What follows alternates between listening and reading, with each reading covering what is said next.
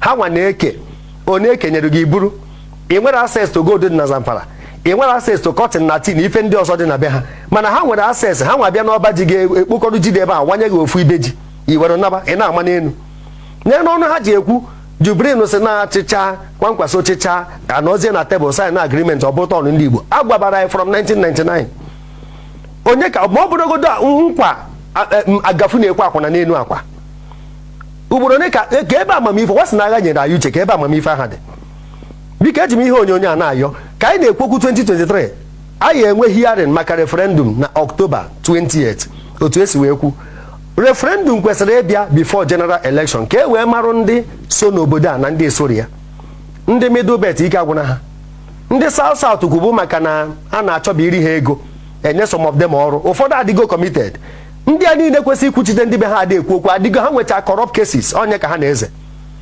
ife eji m ife ayọ biko ọ kakwa mma na anyị nweta permanent freedom anyị anaba kama ị ya ata anụ ọbara agba gị n'eze rie ese akwụkwọ nri na-akpụ ụra karịa na anyị nweta temporal freedom ọ bụrụ na nwanne nwoke Peter Obi chịchara ito ma ọ bụrụ na ọ ya achịcha ọ bụrụ onye Igbo nọ n'ọchịchị ewee gbuo mmadụ ife a na-egbu for 1 year mee kidnapping a na-eme mana Federal Capital Territory na arụ niile a na-eme na corrupt cases onye ọjọọ gbaba na APC ọ bụrụ sent ọ bụrụ onye Igbo nọ ewee na-eme ife a ọ dị ka ọ ya chizu 1 year aha m ekwu 1 tenure na ọ ya chizu 1 year o nwere ife Goodluck Jonathan mee mana oge ọ na-eje second tenure mee campaign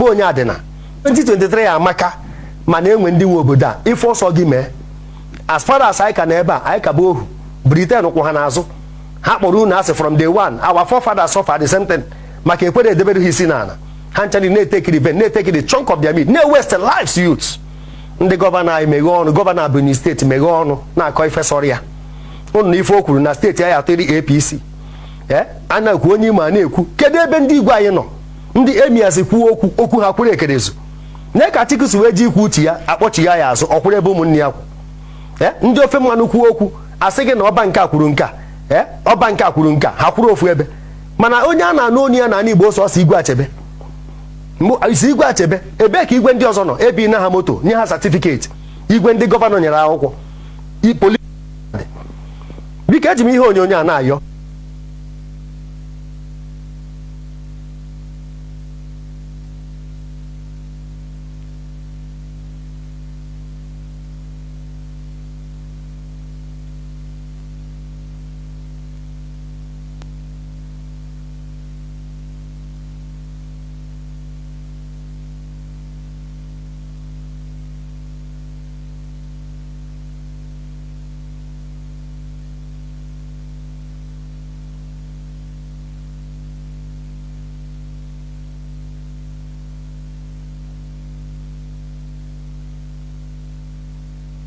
ka anyị na-ekwokwu 2023 anyị enwe hearing maka referendum na October 28 otu esi wee kwu referendum kwesịrị ịbịa before general election ka e wee marụ ndị so n'obodo a na ndị esori ya ndị middle belt ike agwụna ha ndị south south kwubu maka na a na-achọba iri ha ego enye some of them ọrụ ụfọdụ adịgo committed ndị a niile kwesịrị ikwuchite ndị be ha adị ekwu okwu adịgo ha nwecha corrupt cases onye ka ha na-eze ife eji m ife ayọ biko ọ kakwa mma na anyị nweta permanent freedom anyị anaba kama ị ya ata anụ ọbara agba gị n'eze rie ese akwụkwọ nri na-akpụ ụra karịa na anyị nweta temporal freedom ọ bụrụ na nwanne nwoke Peter Obi chịchara ito ma ọ bụrụ na ọ ya achịcha ọ bụrụ onye Igbo nọ n'ọchịchị ewee gbuo mmadụ ife a na-egbu for 1 year mee kidnapping a na-eme mana Federal Capital Territory na arụ niile a na-eme na corrupt cases onye ọjọọ gbaba na APC ọ bụrụ sent ọ bụrụ onye Igbo nọ ewee na-eme ife a ọ dị ka ọ ya chizu 1 year aha m ekwu 1 tenure na ọ ya chizu 1 year o nwere ife Goodluck Jonathan mee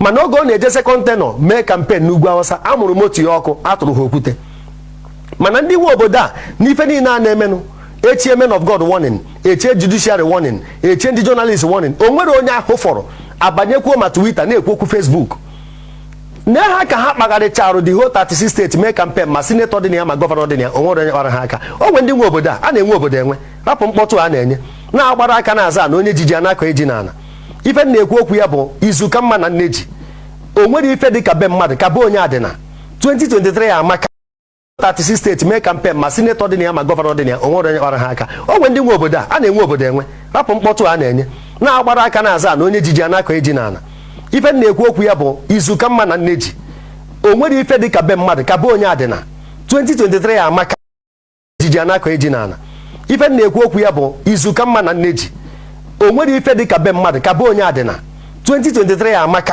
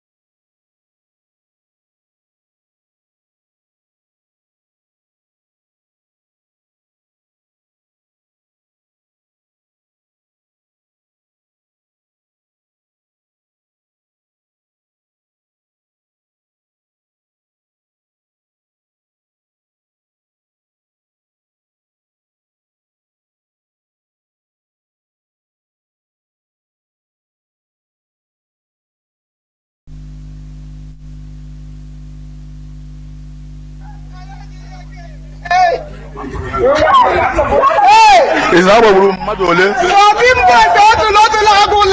14 boys. And we want that a man. That we tear them.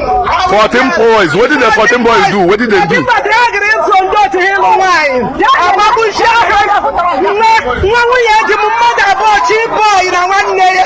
Traditional marriage.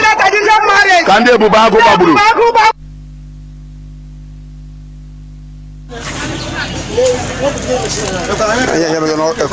right now. I don't know my bet now. I just put my bet now. They have show machine on not charge the phone. I don't know about bet. They push me on my bet now. Janga. My out of him again. No, out of him again here now. Yeah, and I'm just name here.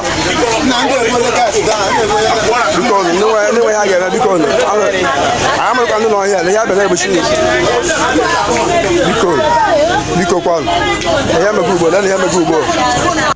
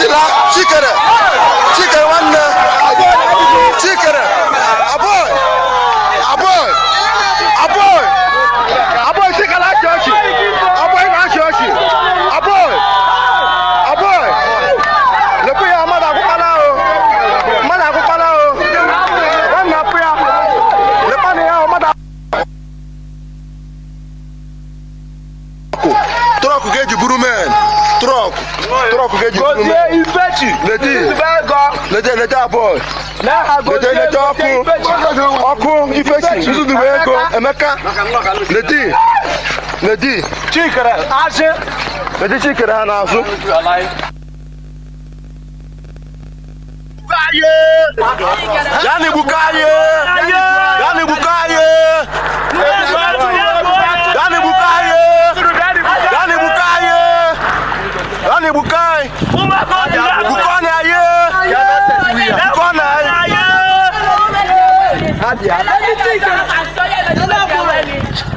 the bukai.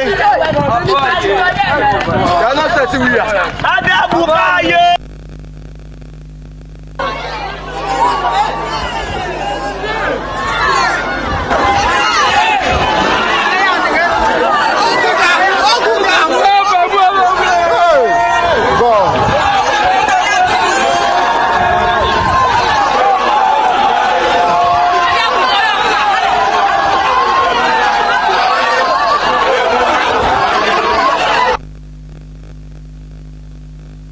Nnamdi Bagwe gburu na mmadụ nie. Edi na mmadụ chigatara ka onye 4 people ndị ebubagu na ledini ebubagu obodo anyị. Yesterday night I do chili mafia.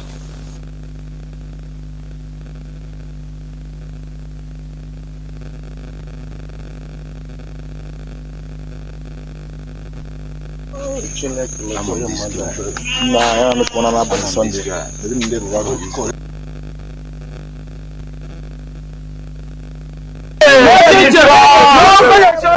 Look at oh yeah now gagaguru the family man gagaguru ihe ogeri ndị ebubagu abịa onye gagaguru ihe ogeri gagaguru ihe ọ ga-eri ndị ebubagu abịa akpatuo ya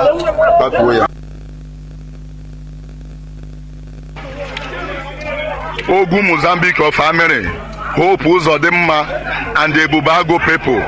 This Ebubago must end. We will put stop to this Ebubago. They are doing a very big harm in our mama, Oru East, Oru West as a whole. Killing our youth for no reason. Why? Killing our youth for no reason. Ogun Mozambique is the commander. Ogun Mozambique is the commander of Ebubago. Killing his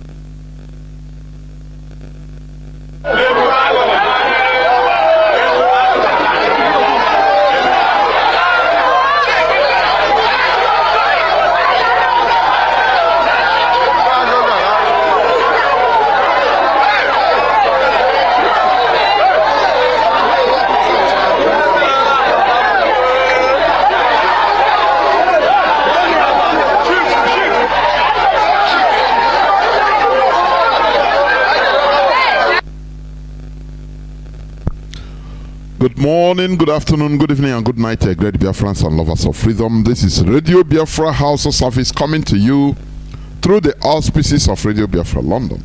My name remains Mazi Chinedu from Olu province of Biafra land. Today is the 18th day of July in the year of our Lord 2022. Today is Monday.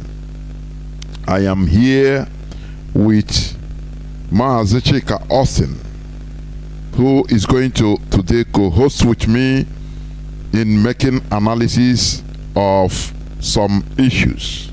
Therefore, I welcome each and every one of you to welcome your friends and well-wishers. Do not deny even your enemies listening this hallowed platform, please. This is where we preach enlightenment. This is the voice of freedom. Radio Biafra in defense of freedom. Before I continue, let us pray. As long as we come on air every evening, the whole world must listen. As long as we preach this very gospel, Chukwukika Abiyama must be with us. Therefore, without any further hesitation, we must proceed to offer every prayer to Chukwukika Abiyama who resided in heaven. Therefore, as we always commence, not from today, but from of old. Our Father who art in heaven,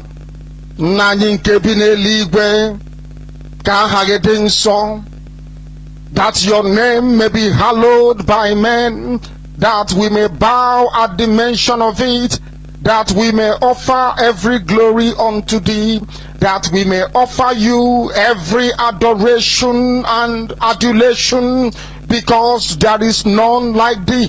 You fight our battles for us. Every blessed day you demonstrate through your kindness and your everlasting mercy that you are our Lord, our God, and our Creator. This evening we offer these your children unto thee.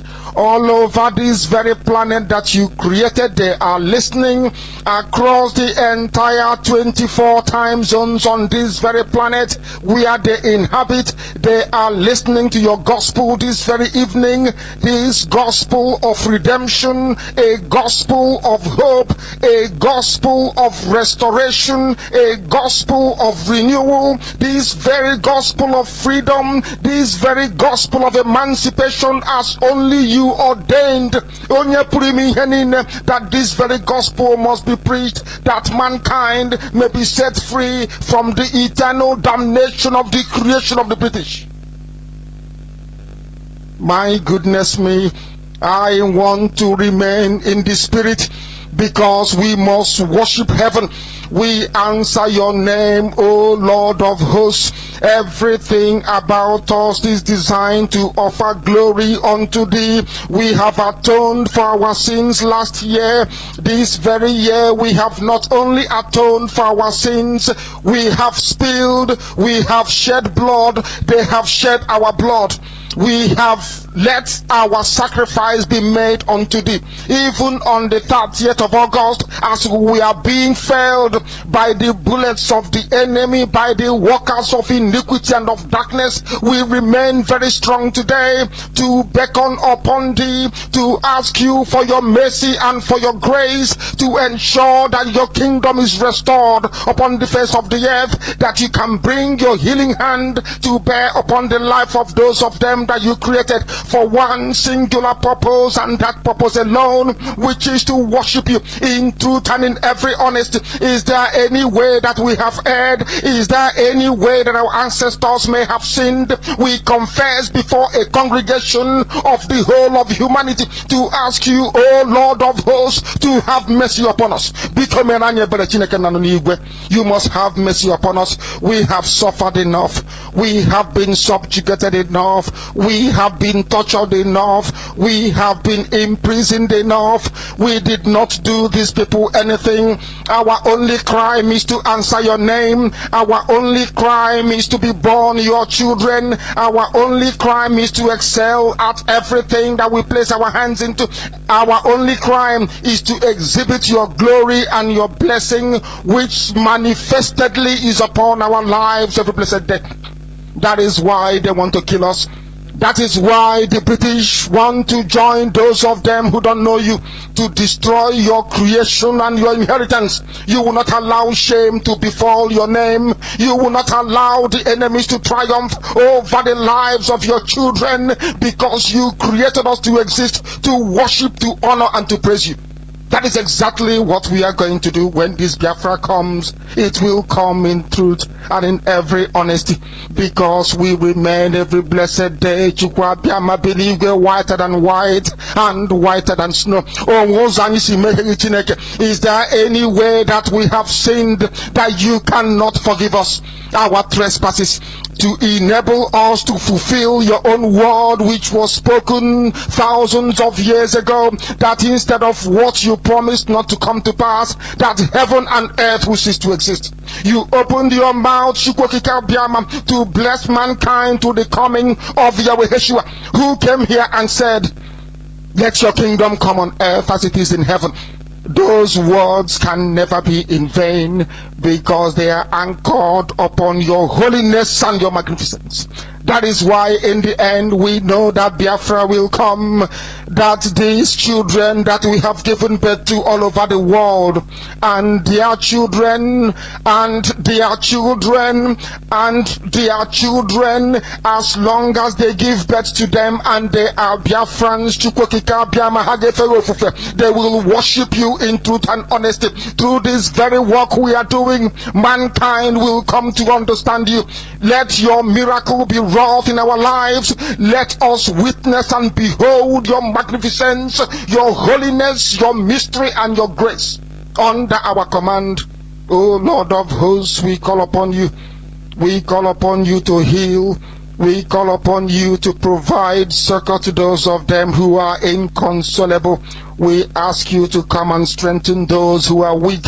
We ask you to restore hope where there is hopelessness. We ask you for inclusion where there is destitution. We ask you for one brotherhood, one camaraderie, one bone, one blood, and one flesh of your children. The Efiks and the Bibios, the Izon, the Shekiri, the Isobos, and also those of them from Isoko. We are traveling all the way to the lands of Igala.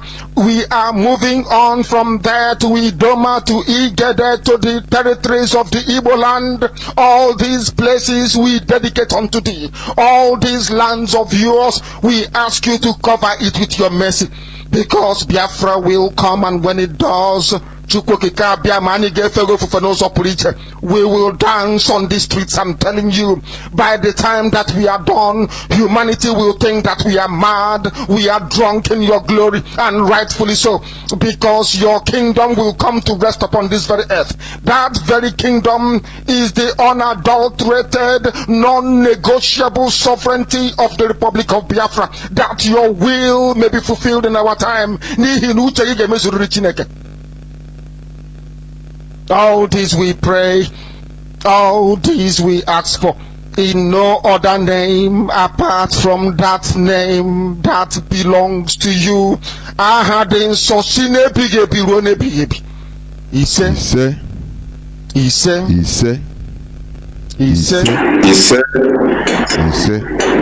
Once again, I welcome each and every one of you to today's edition of Radio Biafra HAUSA-SERVICE, coming to you via the auspices of Radio Biafra London. Today is the 18th day of July 2022, being Monday. My name remains Mazi Jonathan Chinedu. Our leader is the indefatigable Mazi Nnamdi Kanu, who is still in the enemy dungeon. But make no mistake about it, our leader must be released. It doesn't matter what it takes. Our leader must be released. We are not begging for his release. We don't beg for what belongs to us. We don't beg for our rights. We are not Ohanes and Igbo. No. We demand for what belongs to us, our right, and we get it. We work towards it and we get it. That is how it is. Our leader has no case to answer in the Nigerian court. Rather, he was extraordinarily renditioned illegally. It's a crime. Remember what happened in the 80s during the time, the first time of led Buhari as the head of state, military head of state of Nigeria, when he wanted to rendition, also to capture and rendition one man that time. What is the name of Mazi Austin? Can you remind me the name of the man? The name of Mazi. The person that Omaru Diko, yes. He wanted to rendition him illegally out of Britain, and it was discovered later. The body, the man was discovered inside a crate. He was at the airport, and the heads fell for it.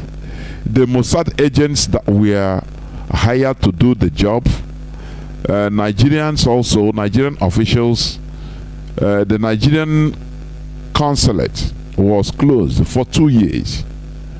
Britain severed the diplomatic ties with Nigeria for some time. People were arrested and sent to jail, some to 8 years, 5 years, depending on their participations.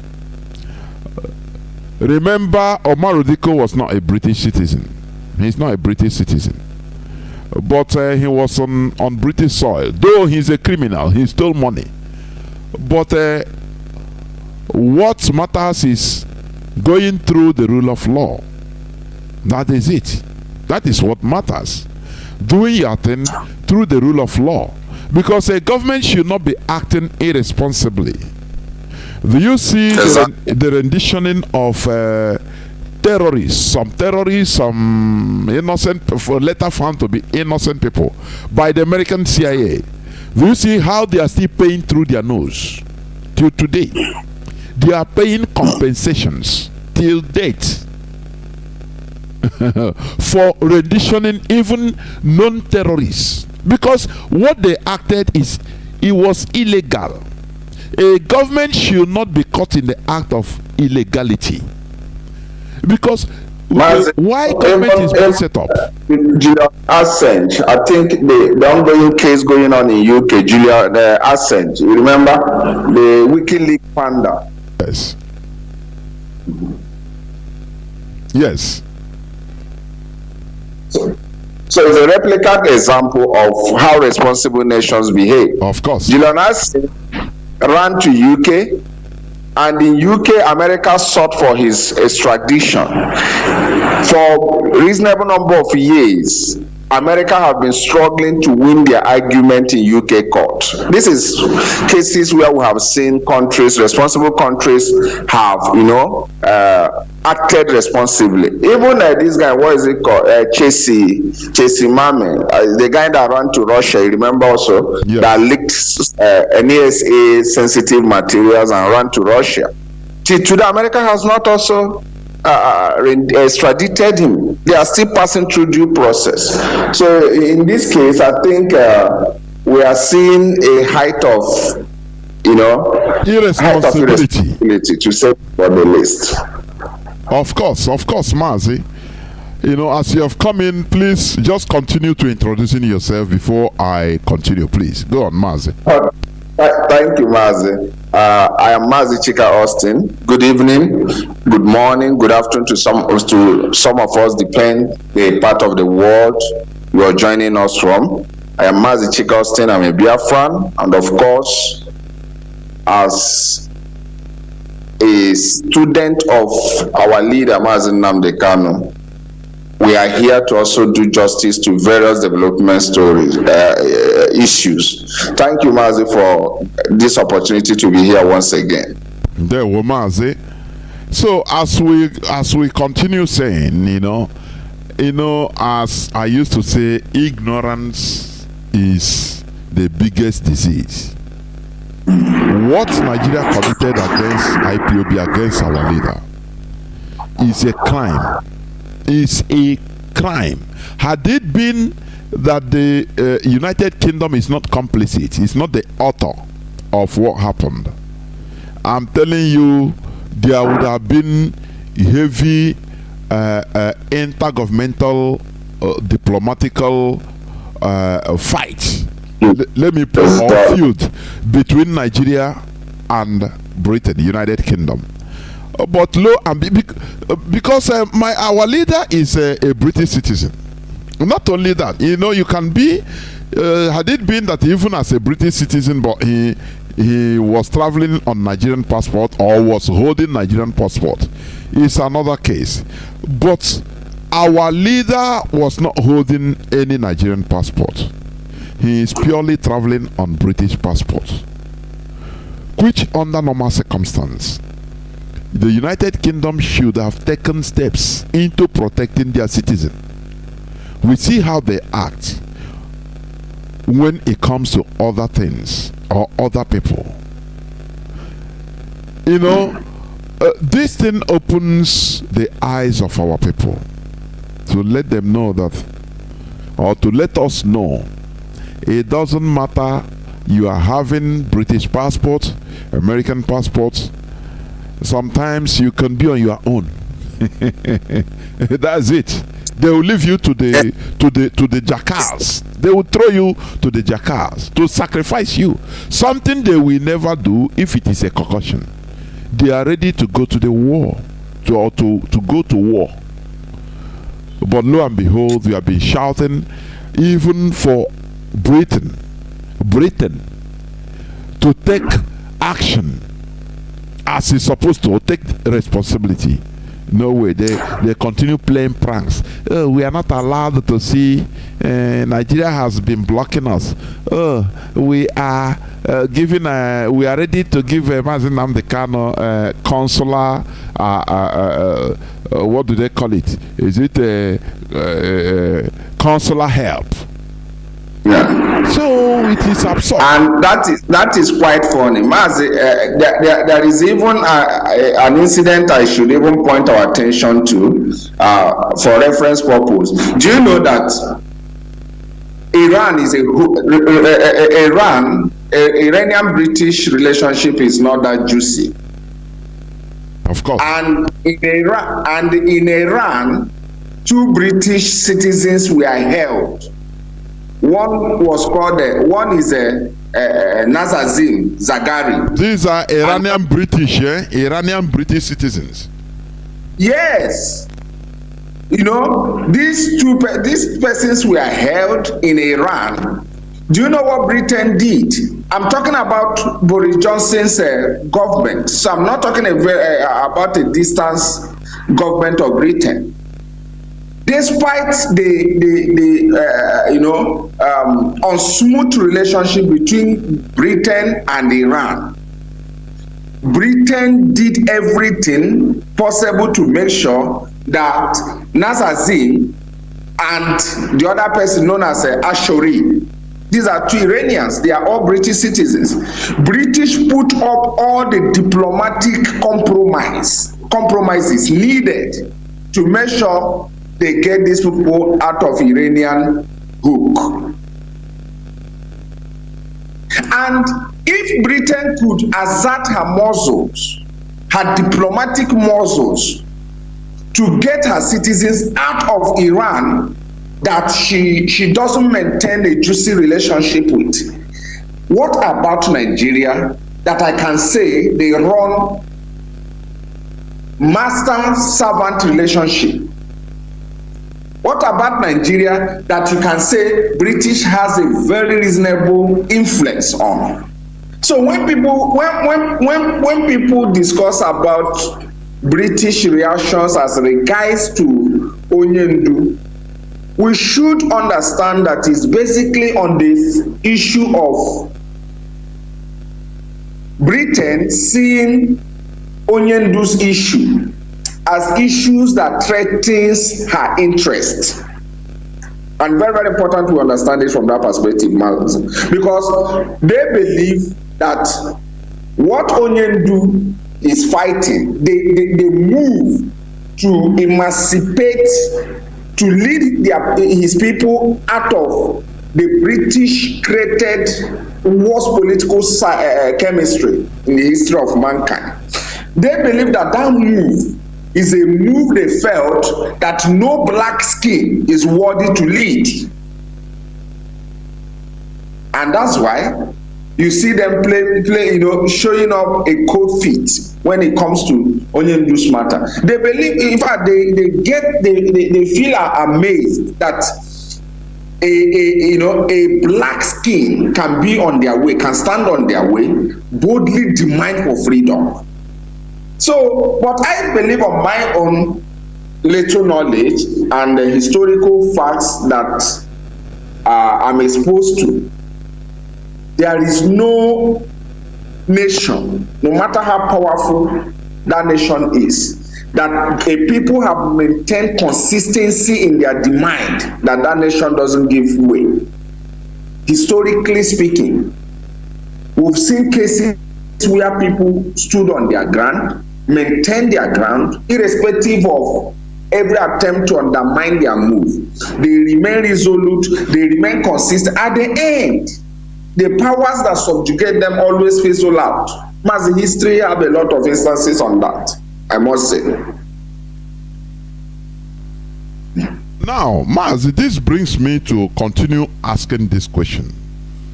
In this world, is there justice? I don't believe that there is justice in this world. I'm telling you honestly, genuine justice. What we have in this world is a place whereby, I used to say it is the survival of the fittest. That is number one. Number two is the first thing that matters is economic benefit. That is what plays in this world. I come to understand that this is a world where benefits or advantage matters more than life. Do you understand? Of course. I want our people to understand this. If you really want something, you fight for it. That is it. Yes. Because there are forces. I think that is the line. That is the line our people have not really digested or allowed to be deeply inculcated in their system. You see, the word system, anything, any concept, any idea you hear is just relative. When you hear human rights means different thing at different points. At a point, America might be talking about human rights for instance, talking about the Kurdish rights for survival in Iraq or in Syria, the Kurdish people in Syria or anywhere else. At that point, America might not also be interested to talk about the right of the Houthis in Yemen.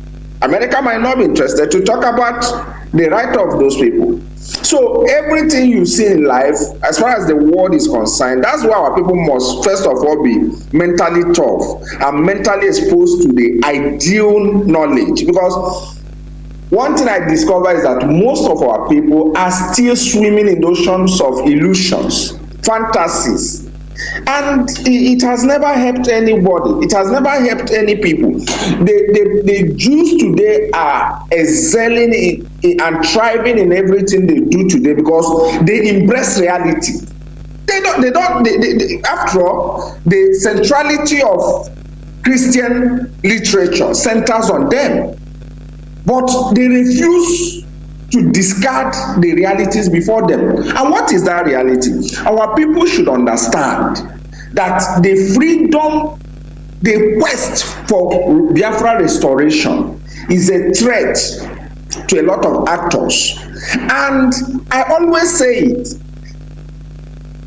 in as much as what we want is freedom, to the oppressor, what we want is bad business to them. They cannot see it from the same lens you are seeing it. You are seeing it that you want freedom. They are seeing it that you want to collapse their market. So, because you are expected to do everything within your reach to advance, to enhance, and procure your freedom, you should also expect them to do everything at their own reach to destabilize, to disorganize, and if possible, miss your quest for freedom. This is something we should understand. We should understand this, that the more we are working assiduously to press home our freedom, so the enemy will also use every resources at their own reach to make sure you don't spoil business to them. That is just the reality. It's only when our people appreciate this reality that we can now be critical to every single thing we are subscribing into. Because our people are not critical. Our people are so, should I say, they are so,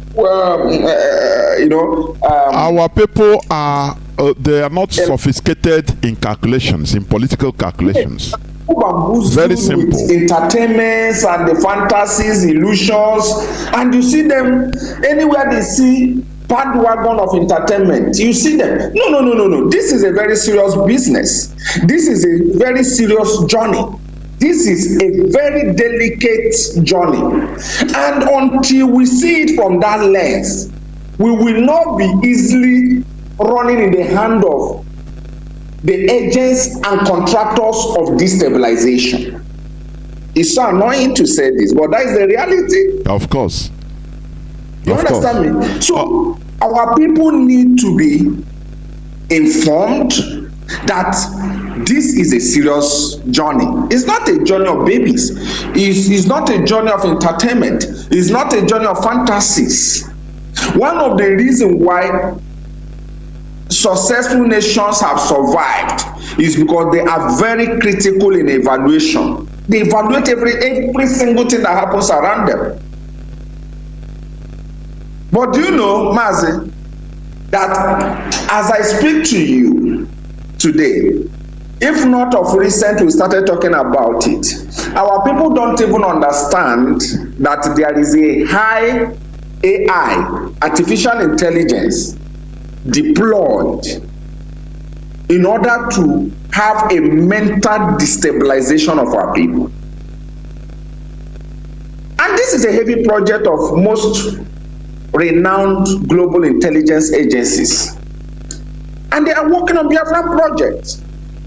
You might be joking, you might be thinking you are, you might not be budgeted extensively, or nothing much might be deployed against what you're doing. But the truth is, what you're doing is seen by the oppressive force as a war, a battle of ending their imperialistic advancement. Yeah, in this case, Mazi, let me say something here. You know, just yes. like you said, our people, they don't understand the type of world we are in, the type of planet we are in. They thought, many of us think that this world is being seen just black and white. When there is a, you say the truth, or it is either the truth or lie. And I say no. No, it's not like that. There are truth lies, lie truth, truth lie, lie truth, lie truth. Different versions of issues in this world. If our people will understand this, we should be more sophisticated in politics. When you look at the way things are going, why is it that other British citizens, other foreign nationals or dual citizenships of Britain, why they are treated differently from Mazi Nnamdi Kanu? That, you start understanding what this world is made of. There is no direct, direct reality or truth in this world. No direct justice in this world. Decisions are being taken based on many things. Based on many things to their benefit. You understand? So, the earlier we should start understanding this, the better we should equip ourselves more. Be more mentally tough and focused in what we are doing. And also, Mazi, I also think that race also plays a very important role. Race, in this, things like this, like the black race. No, it's for sure. The black race is being looked down by the Caucasians in their programs, in their policies, in behaviors. Let me give you this example. I think you see Haiti. Haiti got their independence in 1804. Haiti. They got their independence. They fought for it, unequivocally. They fought, bravely to regain independence.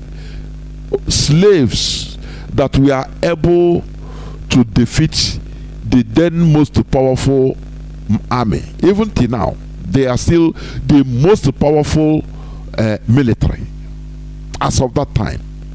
French military, with simple weapons, they crushed them.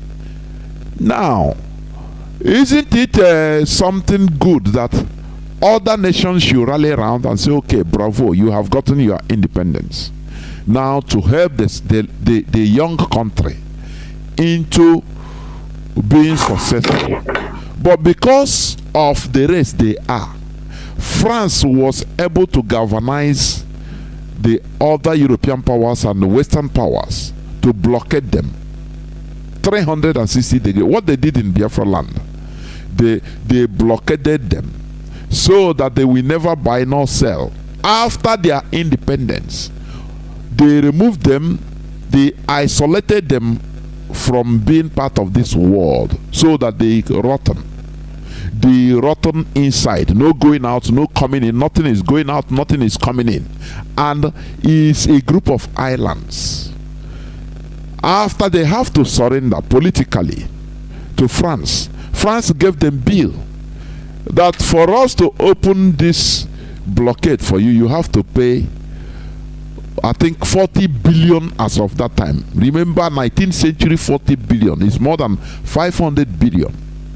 So that sometimes when we talk, we see, you know, these people, they don't want, I'm telling you, you see, these white countries, Westerner, they don't forget. They are as brutal as devil itself. That is why when I see softness of our people, I laugh. If you also look, yes, you are right.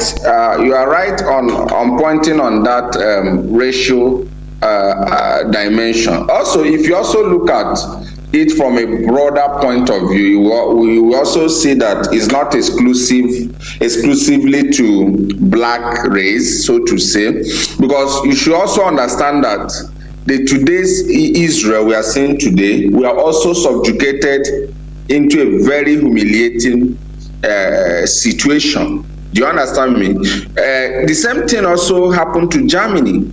When Germans lost the Second World War, do you know the reparation they asked them to pay? Germany. No, Mazi, I don't agree with you, please. Okay. Okay, finish up. I will come there, please. The references you are making. Go on. Okay. For instance, even when they lost the war, for instance, I mean the Germans, they were asked to pay heavy reparation, which they finished paying either in 2015 during the time of Angela Merkel. But do you know that they benefited from the Marshall Plan Fund? Do you know that? Yes, actually there was a post Second World War policy of United States, which is Marshall Plan, and we also know that the essence of that policy was mainly to curtail the defunct USSR expansion.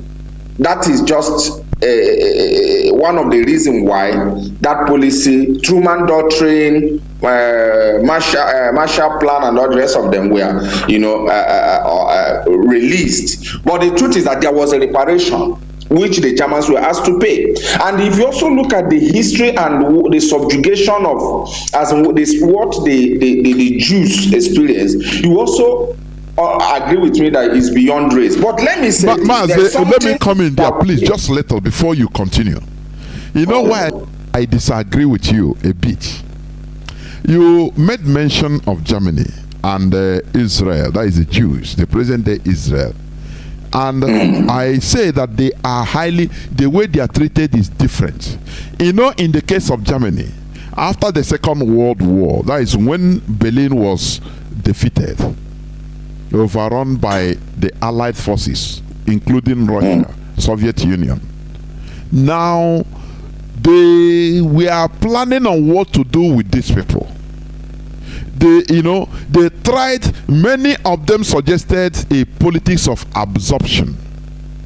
Absorbing Germany, that is putting Germany into extinction per se.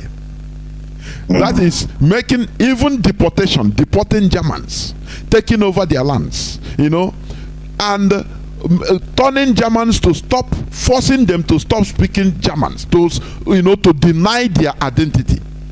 But after they had a second thought, yes, you understand? After they had a second thought, do you know the damage Germany caused to Europe, to the world? Do you know they caused a very heavy damage to the world just for nothing? Just for nothing. That is number one. And after they now found out that, look, it is still the Europeans, the Westerners, the Caucasians that finally say, look, these people, if we do what we have in mind, we will destroy the people, but we will destroy them as Germans, but the people still exist. It doesn't matter if they are in America, they are in Africa, they are in Russia. Even after decades and centuries, they will still know that they are Germans. They will harbor that injustice and they will start causing havoc everywhere in the world. And that is exactly where I wanted to land up. Exactly. my submission, Mazi. Okay, no, you will come in. You will come in. Don't worry. You will come in. Now, the way the pros and cons, they weighed it. There were some radicals, I think, from even some Eastern Europeans like Czech or other places. They were so radical. No, let's destroy them. But after they made all this decision and found out that, you know, they decided that, look, in future it will be problematic to everybody because they will be harboring just like what we're harboring today. Now they have to help them and control them, you know, helping and American military is still present in Germany till today. They have the American military there controlling. Yes.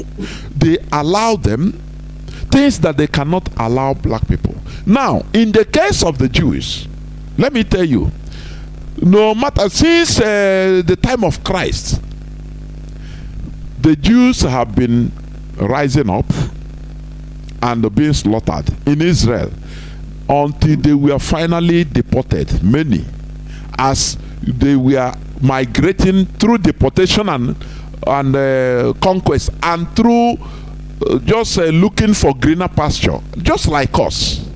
They were going all over the world, migrating, getting out of their land, Palestine. Let me call it like that. Now, they were apolitical. They were thinking that they can be doing it privately. They never really cared to take back their land until 1940s, after the Second World War. That was when they started thinking home. They started Zionism towards the end of, I think, 19th century. Towards the end of 19th century. They started, I think, in Russia, in Soviet Union that time. Now, because they were undergoing persecutions everywhere, they never really cared to go back to their country. They were managing themselves. Oh, anyway, if they are killed in Portugal, the Portugal Jews will take it as the German Jews will not care. Russian Jews will not care. They say, it's for the Portugal Jews. Let them take care of themselves. If Spanish Jews were being massacred, other Jews of over Europe and everywhere, they don't care. You know, that is, they were apolitical. People that we are not apolitical, that we are apolitical. They don't think collectively as a people to get their land. No. They were thinking to stay well in their various host places so that they do better. You know, what matters to them is as they are doing buying and selling, they are doing going to school, entering, you know, so that's nationalism never really entered into them. They know that they are Jews, but they didn't care to start looking for their homeland until the apex of their massacre. That is why in the Second World War, it touched the whole Jews of the whole Europe. Not one side, because before, you know, the Austrian-Hungarian king will tell the Jews, don't worry, we are one with you, don't worry, we will protect you. If they are killing the Jews in Portugal, now these people will feel safe that it doesn't concern us. If they are killing the ones in Hungary, the Jews in Portugal and Spain, all others will feel that no, it's them, that is them, it doesn't concern us, we are better off here. Just like what is happening to our people. Until now, Hitler targeted all the Jews of Europe. I say all. Now they see that no person is safe. Nobody is safe in Europe. The only thing to do, you know, both in Portugal, in Spanish, in Spain, in Poland, all we are targeted at the same time. So that makes them, that target brings them together. And now they started looking, so, oh boy, this thing the Zionists are talking, not true. Let us go back to our land. Do you see the thing? The problem, because in this world, you have to have a target. If they are killed, like, for example, in our land, we are hearing, bandits kill 500 in Zamfara. You don't know that even some of them are Igbo people. Those in Bauchi will say, no, it didn't touch us. No problem, it didn't touch us. Those in Biafra land say, it happened for Ugwa, it didn't matter. It doesn't matter. Those in Lagos will say, no, it doesn't concern us. It's in Zamfara. They don't know that they will be taking everybody one after the other. In Zamfara today, the other day, another day it will be in Kaduna. They will kill our people. Others will keep quiet. It's what happened to the Jews. Until everybody now was targeted. We are targeted at the same time. Now, all of them now have that collective fear and unsafety. In order that galvanize them into being suicidal and say, oh boy, we have to find our land. And they were helped by the allies, by Russia first, and by the allies. Do you see it? So, but when you come to Haiti, these people fought to liberate themselves by force. But after liberation, after liberating themselves, instead of countries to help them and say, okay, now what happened? You have fought. After all, America fought for their liberation. France helped them.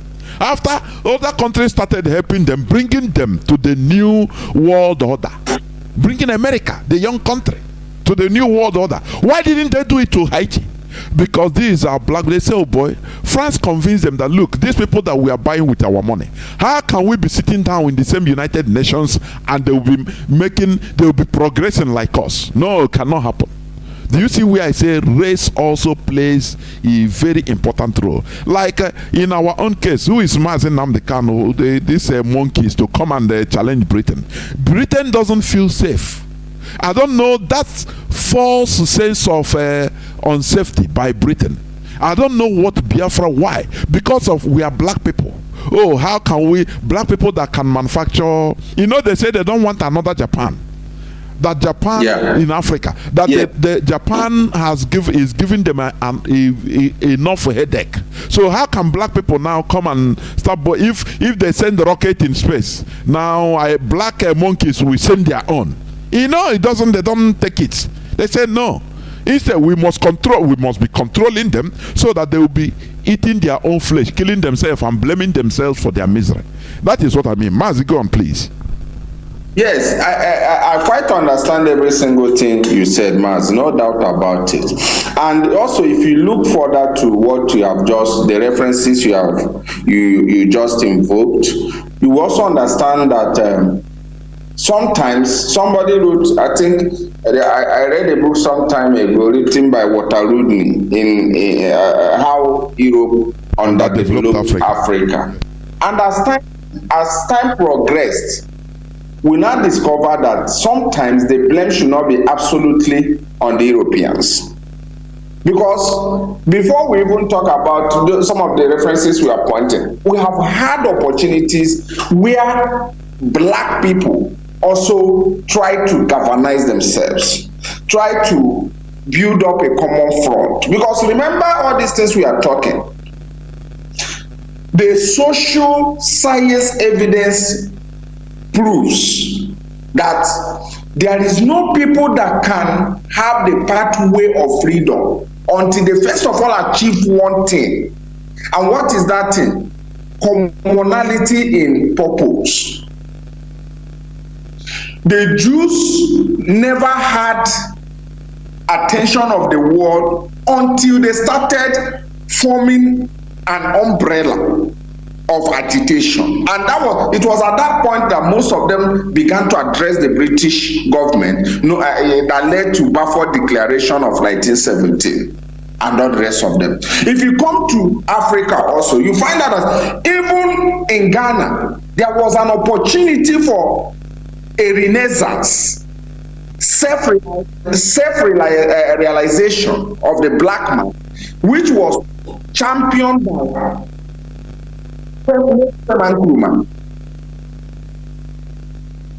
what happened? Go on. What happened? The same black people suppressed that idea. If you look at us as a people, no doubt about it, we have the human resources to bring the attention of the world to our plight. No doubt about it. But IPOB has achieved one amazing thing. Remember, I talked about evolution. I talked about stage upon stage development. Our own race, there was a conscious establishment organically, a very destructive system. What is that destructive system? If you make a research before the emergence of IPOB, we never had a common front of unification. Do you know, you talk about the Jews, you find out that the Jews championed their unification across the Atlantic, across the Pacific. And in our own political history as a people, if you say Ohaneze, if somebody said, what about Ohaneze? Do you know that Ohaneze could not even engage beyond the southeastern territories? They abandoned our people in other areas. They could not even engage across the Gulf of Guinea, like the Igbos in Equatorial Guinea. Ohaneze could not even have the temerity to engage them.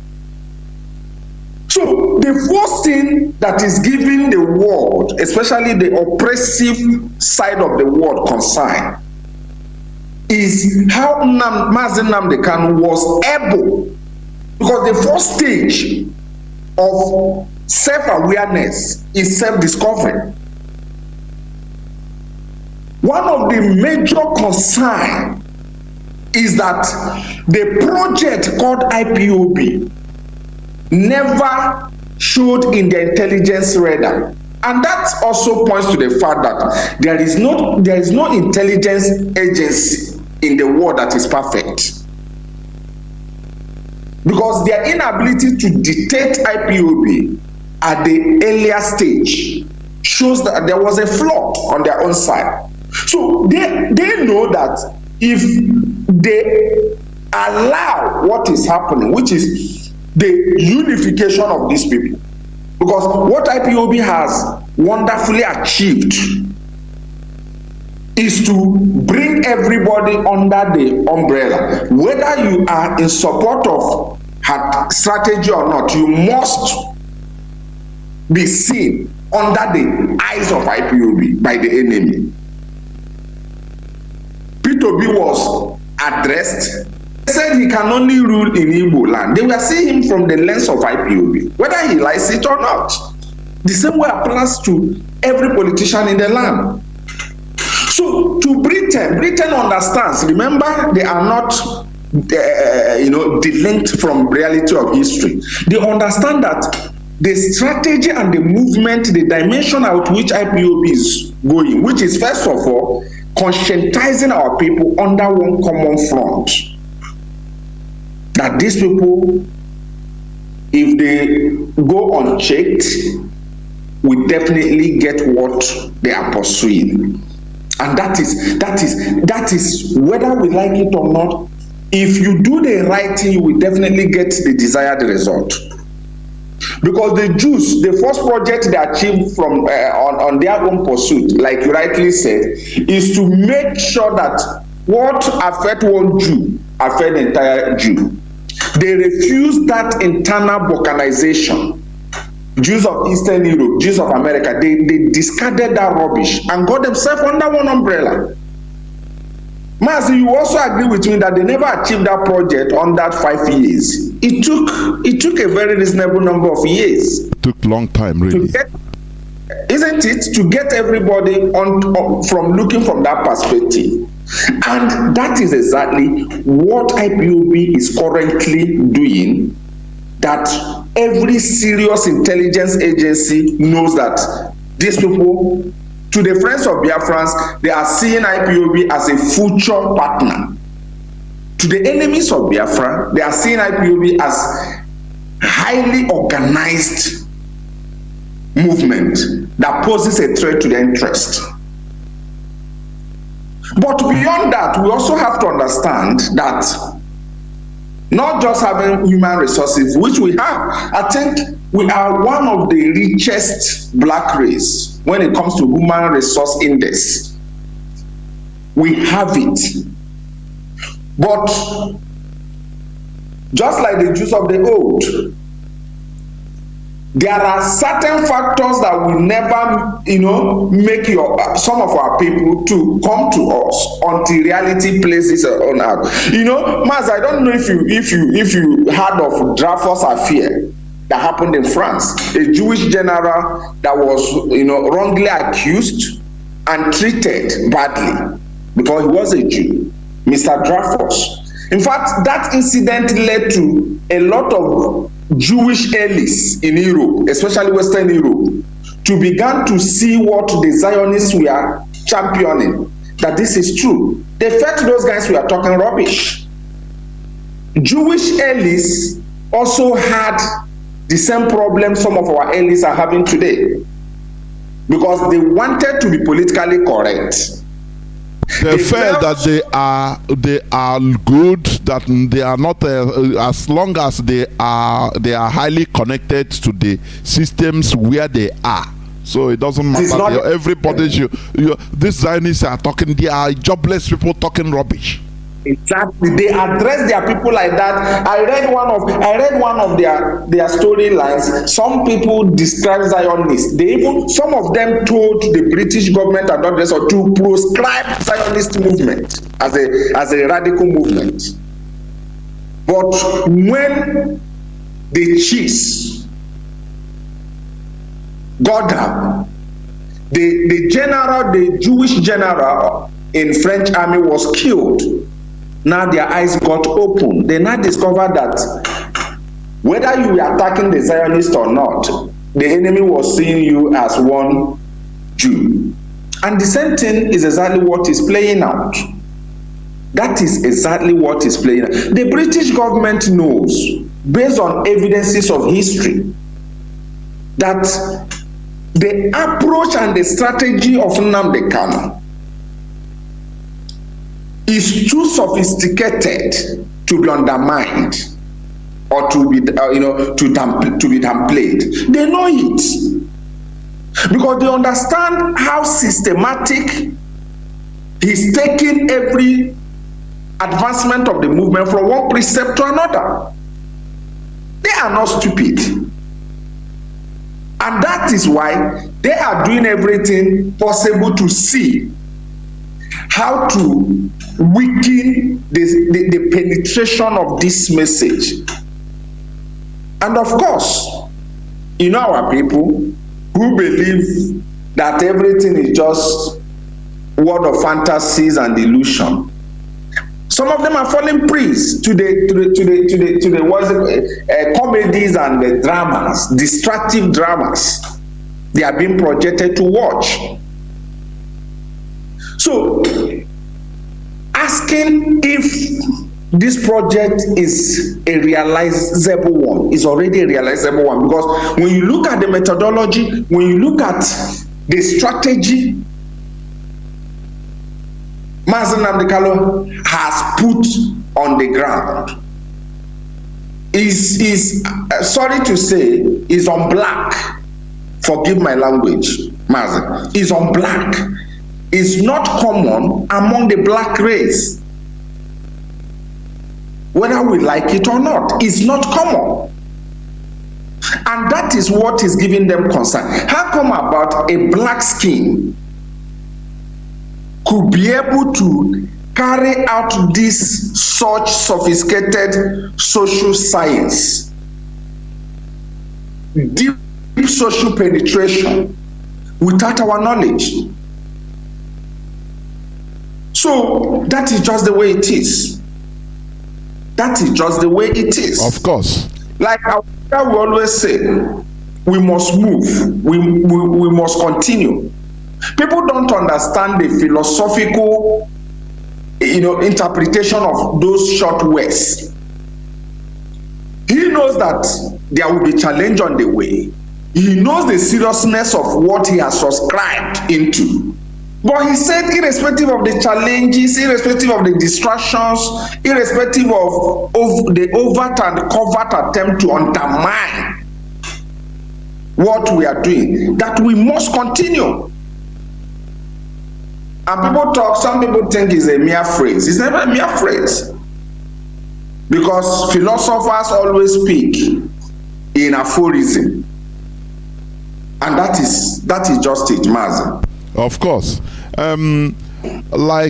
There's something one of our brothers asked here on the platform. But before I dive into the question, I will say this.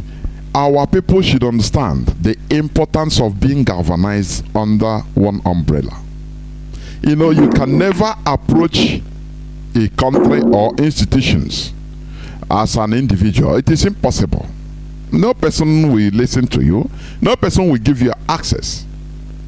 But once we are galvanized as a people, that is where, you know, our voices could be heard as a people. Exactly.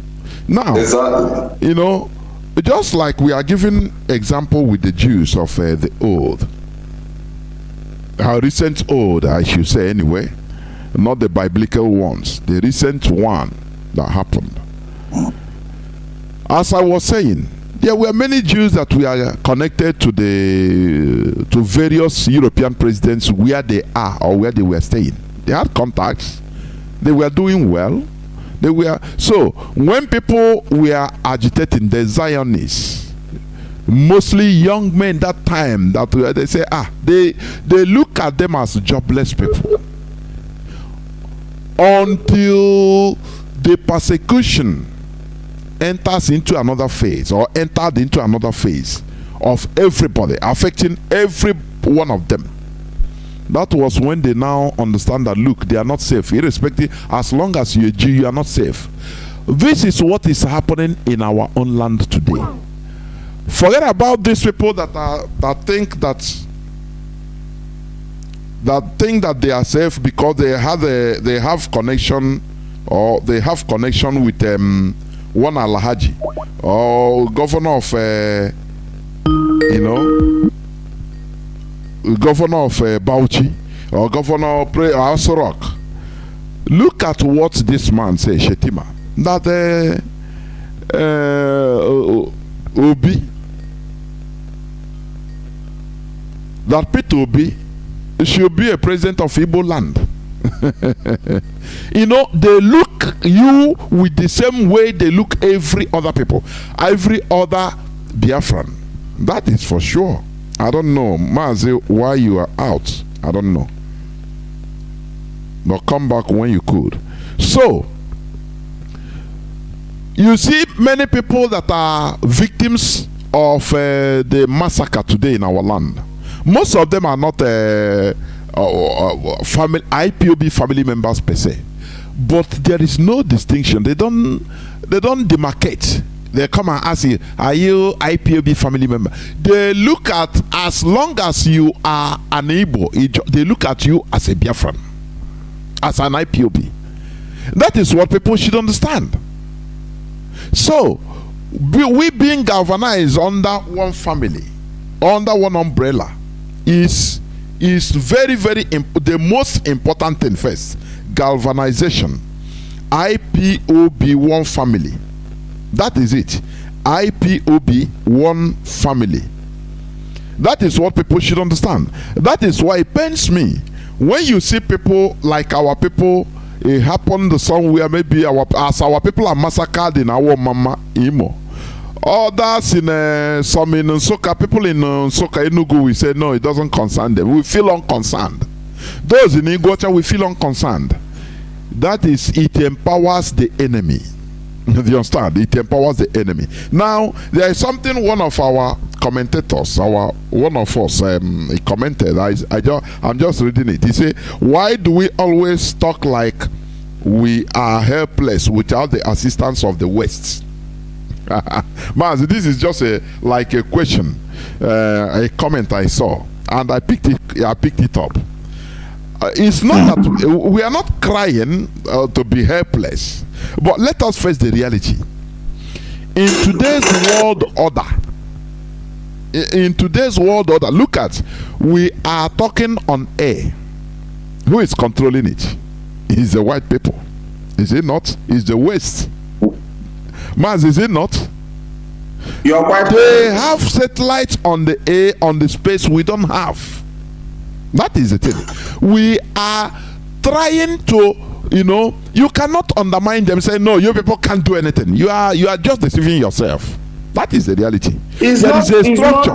It's not Okay, let me come. There is a structure that has been there in this world.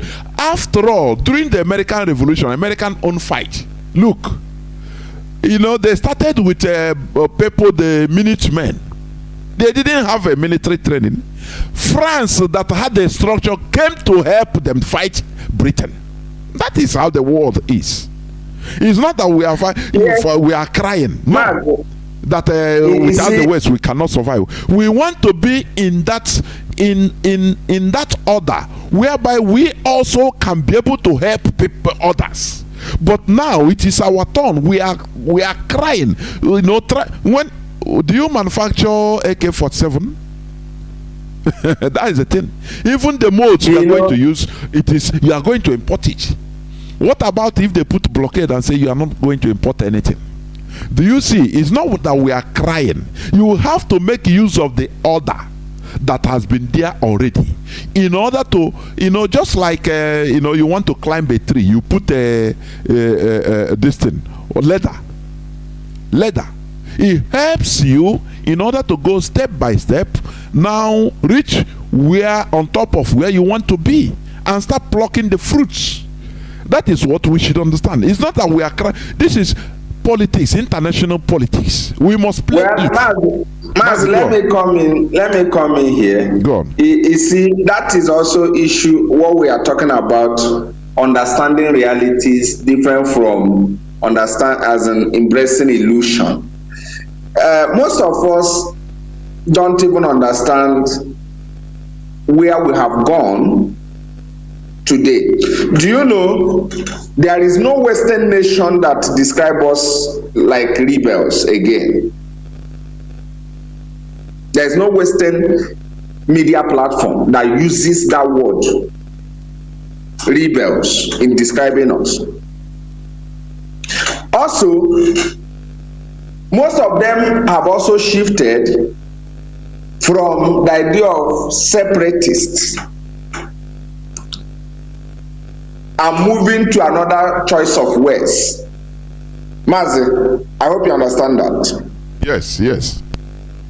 So somebody who does not understand the importance of mind games will just, you know, sum up these actions as begging the West or whatever.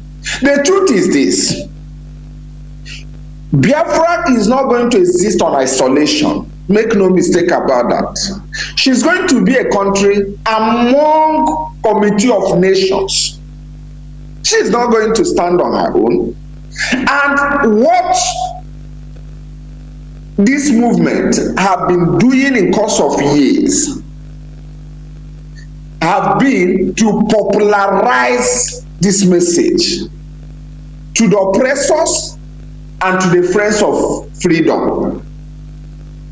Because definitely you are not just alone. You are not existing in an isolated world.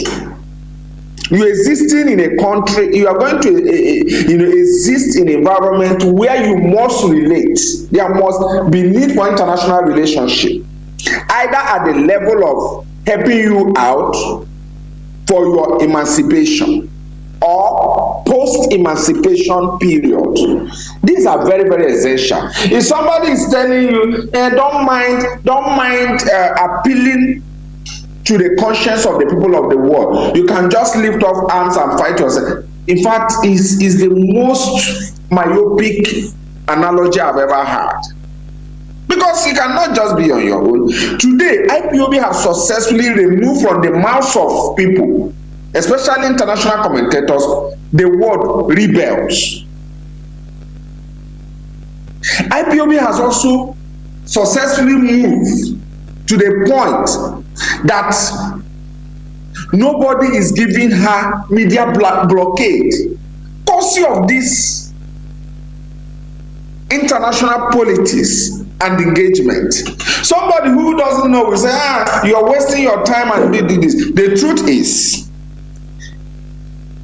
like Mazi, you rightly said, a system is already on ground. A structure is already established. You cannot play against the structure or system, but you can manipulate the structure and the system advantageously to your own interest. That is where it is. For instance, when the war broke out between Russia and Ukraine, the first thing the Western nations did was to remove Russia from SWIFT. Must you know that? And it was targeted at real Russian financial institutions. Did Russia go and say you must put me back on the SWIFT after it's owned by Western nations? Russia devised a way to curry relationship with India and China in order to sustain her financial institution. So if she never made friendship with India earlier, or with China, or even start currying relationship among BRICS, Brazil, Russia, India, the group they formed among themselves, do you think Russia would have survived it today? So these are realities. When people are currying in relationship, in fact, one of those things that Britain is not comfortable with us is the fact that we are engaging. We are expanding in friendship. We are making people to put up their opinions in what we are doing. It's a smart way. It's not a weak way, like some of us might assume it.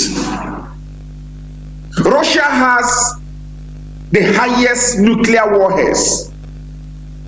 But immediately she was removed from SWIFT, her nuclear warhead could not reconnect her into international financial system. Because at that moment, it's no nuclear weapon she needs to survive financially and economically. She needed relationship. What she did was to activate her relationship with India, China, Brazil, South Africa, and other states. So if she has concentrated in hard power, because in this world you are left with two options: either you use soft power or hard power. If Russia has concentrated all her efforts on hard power, boasting on her nuclear armaments, boasting on her nuclear submarines, boasting on other arsenals, and the West ignored that her might and played a soft power game with her by removing her from global financial system, which is called SWIFT, Russia would have just naturally collapsed. So these are things our people must, you see, for the fact that our people are not groomed, we never had time to be properly schooled and integrated on statecraft and international politics. Sometimes our people don't understand how it works. So it is not begging the West. You should ask yourself, why is it that BBC is spending huge amount of money running a documentary to see a way to Mali? If engagement is not a wise step, if the attempt to make friends is not a smart move, or is a begging, worthless, why is Britain spending huge amount of money? Why is Nigerian government spending huge amount of money asking the world to, designate IPOB, trying to discourage our attempt to make friends? Because you must have international favorable opinion in what you're doing. You are part of the world. You are not going to be an isolated nation state or state actor eventually. You are going to be participatory. So it is not begging. It's not a sign of weakness in any way, but is acknowledgement of reality. And reality supersedes illusion. It's as simple as that. Mazi, that is what I have to say on that. Of course it is. Reality supersedes illusion. Our people do things on sentiment. They think, many of our people think that with sentiment, you can achieve something politically, but the answer is no. It is not reality. It is not true. As you rightly said, we are living in a world whereby we have to relate. That is the truth about it. So our brother Mazi is Chukwudi. It is not that we are all crying that for help, that we are crying as if we are helpless without the assistance of the West. After all, even your comment, who brought it out? It is a satellite that is responsible. Do you have satellites? You are gaining from them. They are gaining from you because they are benefiting. So we are in a world of symbiosis, a world of mutual benefit. Your ability to portray yourself and convince by actions and or inactions, by words or by actions, anyhow, convince the world community, which is what you are doing, that the emergence of Biafra should not be regarded as a threat. Of course. So even the British economy. One time, I think on our leader was interviewed one time, I've forgotten by who, and I think by Dele Momodu, yes. He said it, reiterated it, that look, Britain, the West have more to gain in this Biafra, a restored Biafra that is progressing, where people's purchasing power is high. Imagine, for example, you see people will be making more, our way of living will be higher.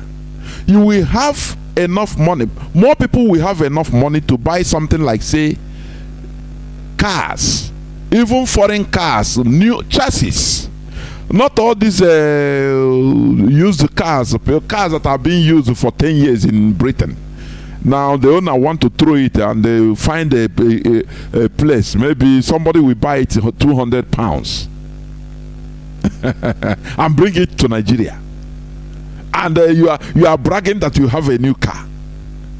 But how much is Britain making? When a car is use the car that's supposed to be thrown into the garbage, then somebody just bought it £200, or in Germany €300, €400. But because the people they don't have that purchasing power, there is misery. So that is what they can afford. And how many people are buying? When you check statistically, we are like Toyota, or like even the Jaguar, all these Bentley, all these big cars, where they are being bought most is where their purchasing powers are very high. Mostly people that are rich, countries that are developed. You see that the other countries make more money because people that can buy can afford it. But in a place like Nigeria, where you use the television, every garbage is being sent to Nigeria.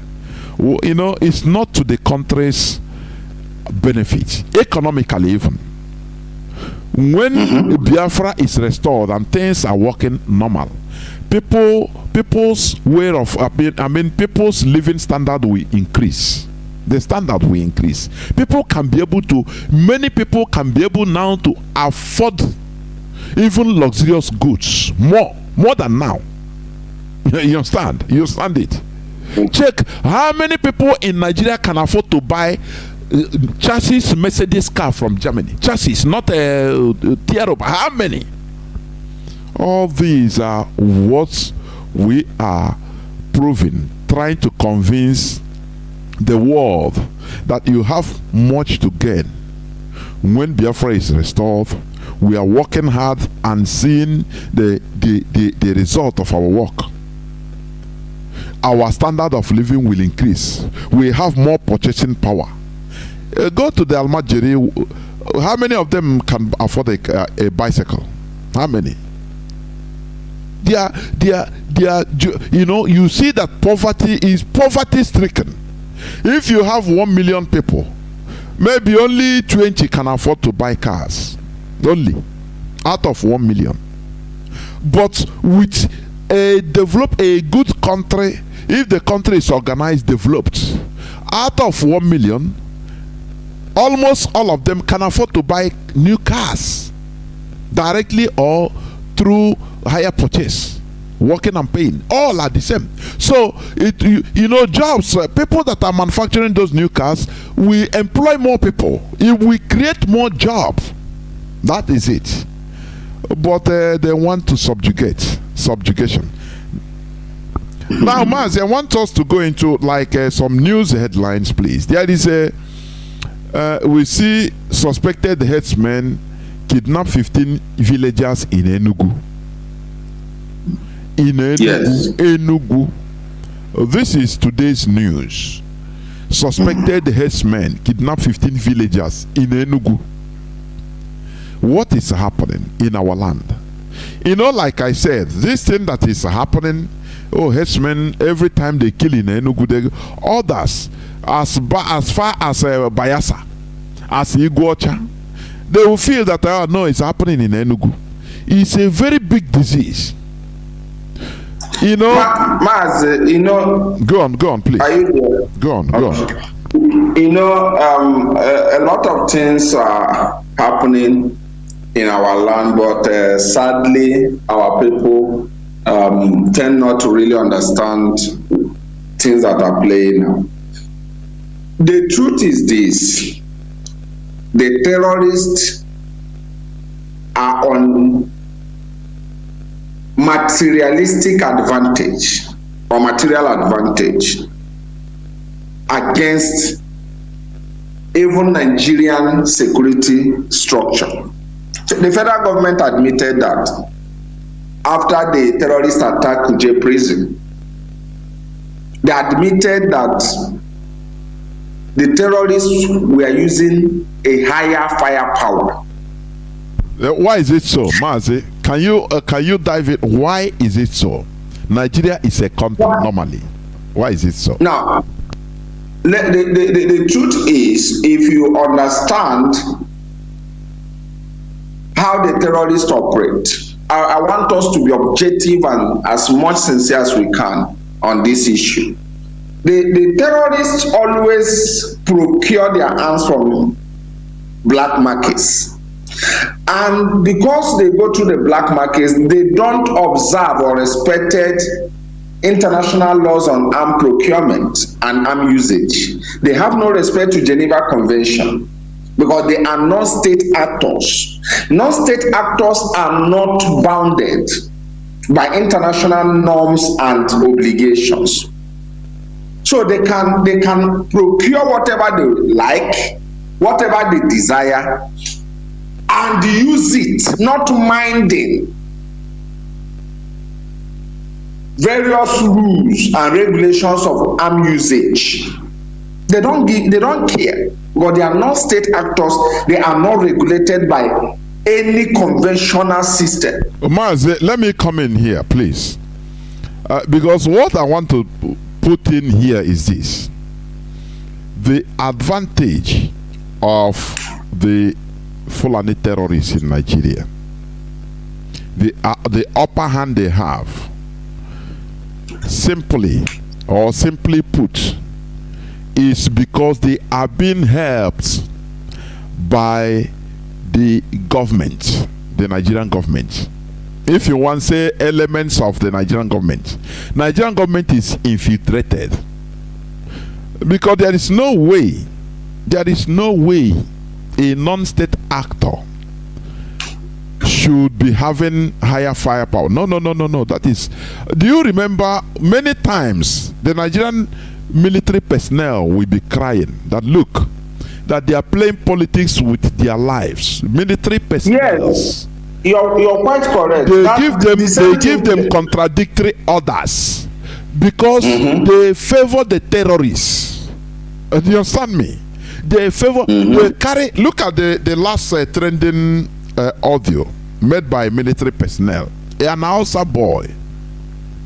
He saw something that traumatized him, where the whole armors, weapons, Nigerian weapons they are acquiring are gathered in the Boko Haram territory, inside bush.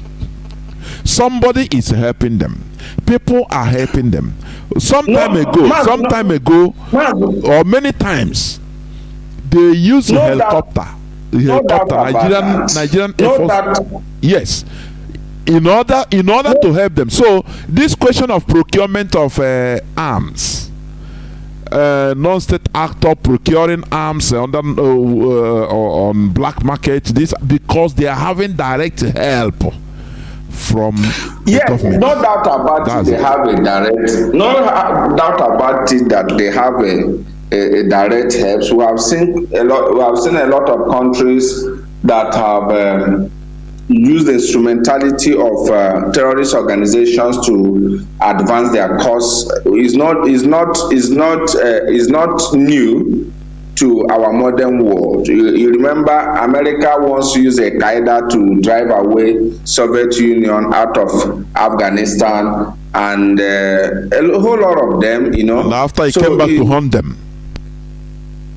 So a whole lot of them have used, and it can also be new in Nigerian system, and we have also seen evidences, including oral submission and written submissions, where people have pointed to the fact that there is government compromise in this. But what I'm trying to say, like what happened in Enugu today, is really a serious issue. It's really a serious issue. But there is something we also must look into. You know, Mazi, Nigerian state is going to a point of religious sectarian crisis. Is definitely likely going to happen. Sectarian crisis is definitely going to happen. And trust me, I've said this some time ago on some platforms.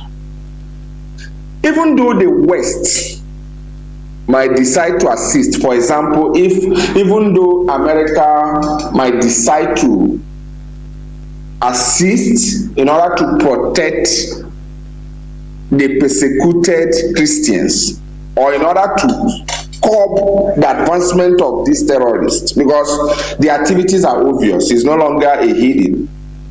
And I know America, as the police of the world, has the responsibility to protect. So even though America is interested to solve this problem, which seems to be greater to the Nigerian state to solve, remember, America has never, I repeat, America has never engaged in any war without the use of process.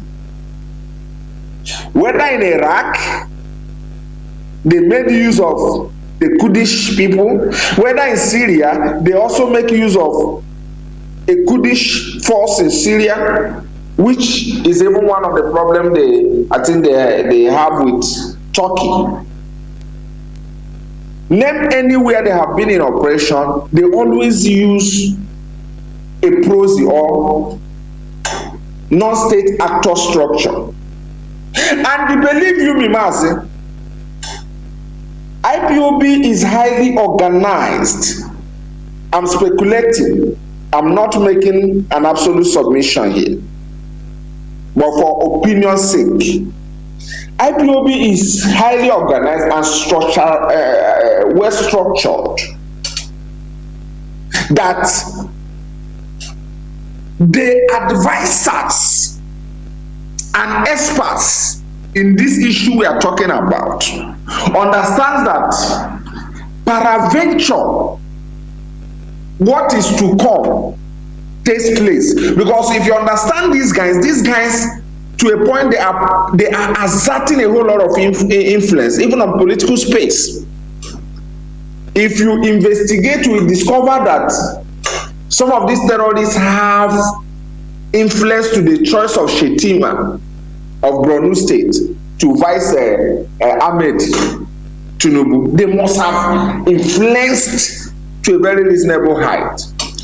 And trust me, if the Western nations, for example, America or any other nation, decides to fight these guys on Nigerian soil, they would also likely, I'm speculating, I'm not making a total assumption here, they would definitely want a non-state actor to work with in curbing this problem. That have been the way Pentagon operates in foreign lands. If you check every American foreign operation, they always use an existing non-state actor or structure to advance that cause.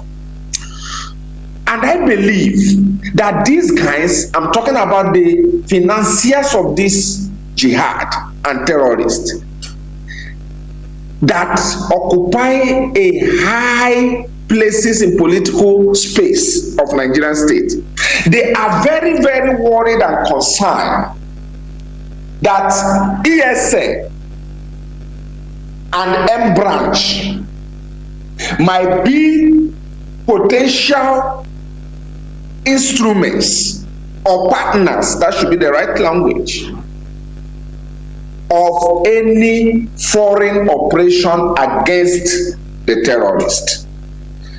So, do you know what they are doing? They are doing everything humanly possible to make sure that this defense line or possible partners with foreign,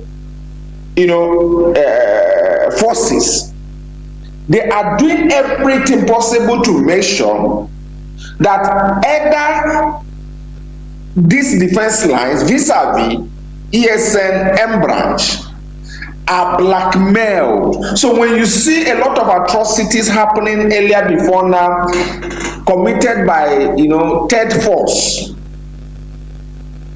and an attempt to heavy everything or land everything on ESN and M branch, these are all attempted projects to disrupt what they are calculating might be unavoidable future reality. If you see any attempt to malign ESN, to portray ESN as a terrorist arm of the struggle, if you will see some attempts, I always tell our people that our people don't understand the politics of polarization. Mazi. Even there are a lot of covert operations attempt to infiltrate ESN, to polarize ESN, to kill the spirit of voluntary spirit and monetize it. All these things are strategies, all these things are covert operations aimed at destroying the defense line ahead of what is to come. What is the purpose? So that even though they go berserk and start killing people everywhere, if the jihadists come out on street and start littering human life, that the Western nations will not have any internal structure to work with. And that's why you see they are pumping the money. Those on the political space are pumping money through the infiltrators. And we see the infiltrators, the gullible ones who don't even know anything, that they are just on the suicide path. You see them, they will boldly tell you that they are raising money to be paying people who came to defend their land with patriotic spirit. And they are trying to now water down that spirit of patriotism, trying to tell them that you are paid. Of course, no paid army is powerful. The most sophisticated military on the surface of earth is a voluntary army. So all these things you're seeing, Enugu, I believe, I'm not in a better position to speak because in this struggle, I have specialized extensively on media. So those of them in security are in a better position to speak. But if I'm to say, if my opinion matters in this ground, I will say that Enugu used to be a highly sophisticated front for ESN. Enugu used to be a no-go area because it's a boundary part of Biafran land. But you can see, because there are attempts by some elements to use the money they were paid to disrupt everything happening. And of course, the gullible ones are riling around them without knowing anything, endorsing their own destruction. And it seems as if we are having a flaw on that front. But nevertheless, I have faith on the defense line and I know what they are capable to do. But the truth is, our people should understand that the battle IPOB is fighting is multifaceted, is a vicious circle in approach. There are deployment of infiltrators to internally implode, achieve implosion, so that the external forces can walk over the movement at ease. So what is coming before us is beyond even politicians. The politicians in the land is none of their headache, because majority of them, their families are not in the land. They are already overseas and they don't care. If you tell them tomorrow that the land have been converted to Emirates, they will also tell you to turban them, in as much as you are going to make them emir of that state. They don't care. They are soulless. They have no conscience of their own. They, of course, lack love for the motherland. So they don't care. So they will prefer to even be an agent of destruction to anything that will undermine their interest. And what is their interest? In as much as Abuja will keep anointing them to rule over their people, chicken, and they don't give a fuck. So Mazi, that is exactly what is before us. And the earlier our people understand this, the better. The earlier our people understand that the only defense line we have is ESN. And anybody that is trying to play whatever gimmick close to that defense line is enemy of the struggle, is enemy of the people, and of course is enemy of the land. So when people tell you they are raising money to reach out, yes, even when they were not even there through the formation of everything, then you should understand. I keep telling our people, your enemy can never destroy you with his own face, because if he comes on enemy face, you will understand. He has to come on your own face, come on your own tune, come on your own dress. That is what is called infiltration. Israel is successfully dislodging a lot of Iranian nuclear scientists, not with Jewish citizens. They were recruiting Iranians, using Iranians to do the job. That is with the work of infiltration. America carries out various operations all over the world. If they are coming to China, CIA uses Chinese Americans who look like China, get them to China, they speak China, they look like China, you have a less suspicion on them, and they will carry out the operation successfully. And who will not tell me that the enemies will not recruit our people in order to destroy our own project? If Israel could recruit Iranians to do their job for them, if Americans could use Chinese Americans or African Americans to advance their cause, then who tell you that the enemy will use non-Igbo identity. They have to speak your language. They have to talk powerfully like you in order to penetrate and destabilize. Of course, polarize. That is the word. Polarization. What is polarization? Making sure that the issue of one source of command is destroyed. When Mr. A that used to get signal from Mr. B started hearing go from Mr. B and Mr. C said to him, come, Mr. A is already destabilized. His source of information is already polarized because there is contention. And that is exactly what the infiltrators were contracted, or what they are contracted to achieve. You see them when they come to ESN, they say they have their own order to give. They say they have established their own M branch. They come to media, they say they have their own media. All the thing they are doing is polarization tactics.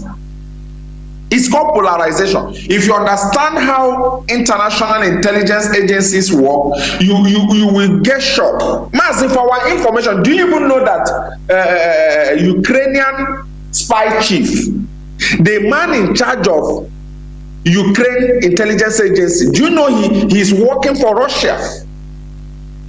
I think he was removed. He was sacked. He was removed in such a hallowed position. He was working for Russia. Who will believe that? And when you tell our people, based on this, this person is an infiltrator, you see them, they yapping, because our people love entertainment. No wonder Nollywood had the highest movie sold in our land, because our people love illusions. They love fantasies. They love watching entertainment. So I think that is what I have to say, Mazi.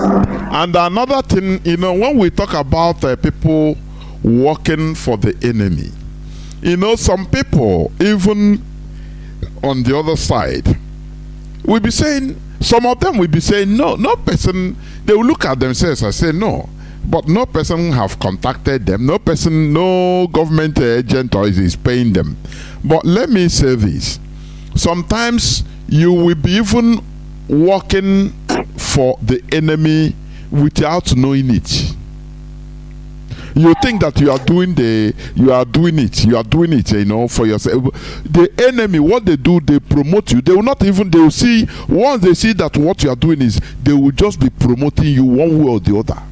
Through the comment section, through pretending to love what you are doing, and of course, they will be bringing money, funding you. Oh, I love what you are doing, so continue, keep it on. You think that, you don't know the person. You don't know that these people are working. You become encouraged more and more. But that is why they are using you. Intelligent, intelligent officers, they can use even criminals to achieve anything. They can use anybody. They can use anybody. Maybe the person will say, but I'm not working for anybody. But you don't know that what you are doing, the enemy is benefiting. Now they will one way indirectly promote you. Let me share something to you. And for the purpose of what we are discussing now, some time ago, I had a call. Our people, some open doors are open traps, and this is what our people don't understand. Some open doors are open traps. I got a call, and they call. This was at the peak at which these guys were buying a whole lot of platforms, media platforms. And the call came in via WhatsApp and said, just like you rightly said, that she has been watching me. This is a female, as a matter of fact. That is how intelligence agencies work. Sometimes they use gender in order to soften your suspicion. This fellow said, I've been watching, you've been doing amazing and blah, blah, blah, all sort of energies and accolades. Of course, I I always have my skepticism, while engaging with people. So, at the long run, she opened up and said, we are going to build a studio for you. We are going to furnish you. We are going to give you the state of art equipments you need. I said, that is wonderful. That is amazing.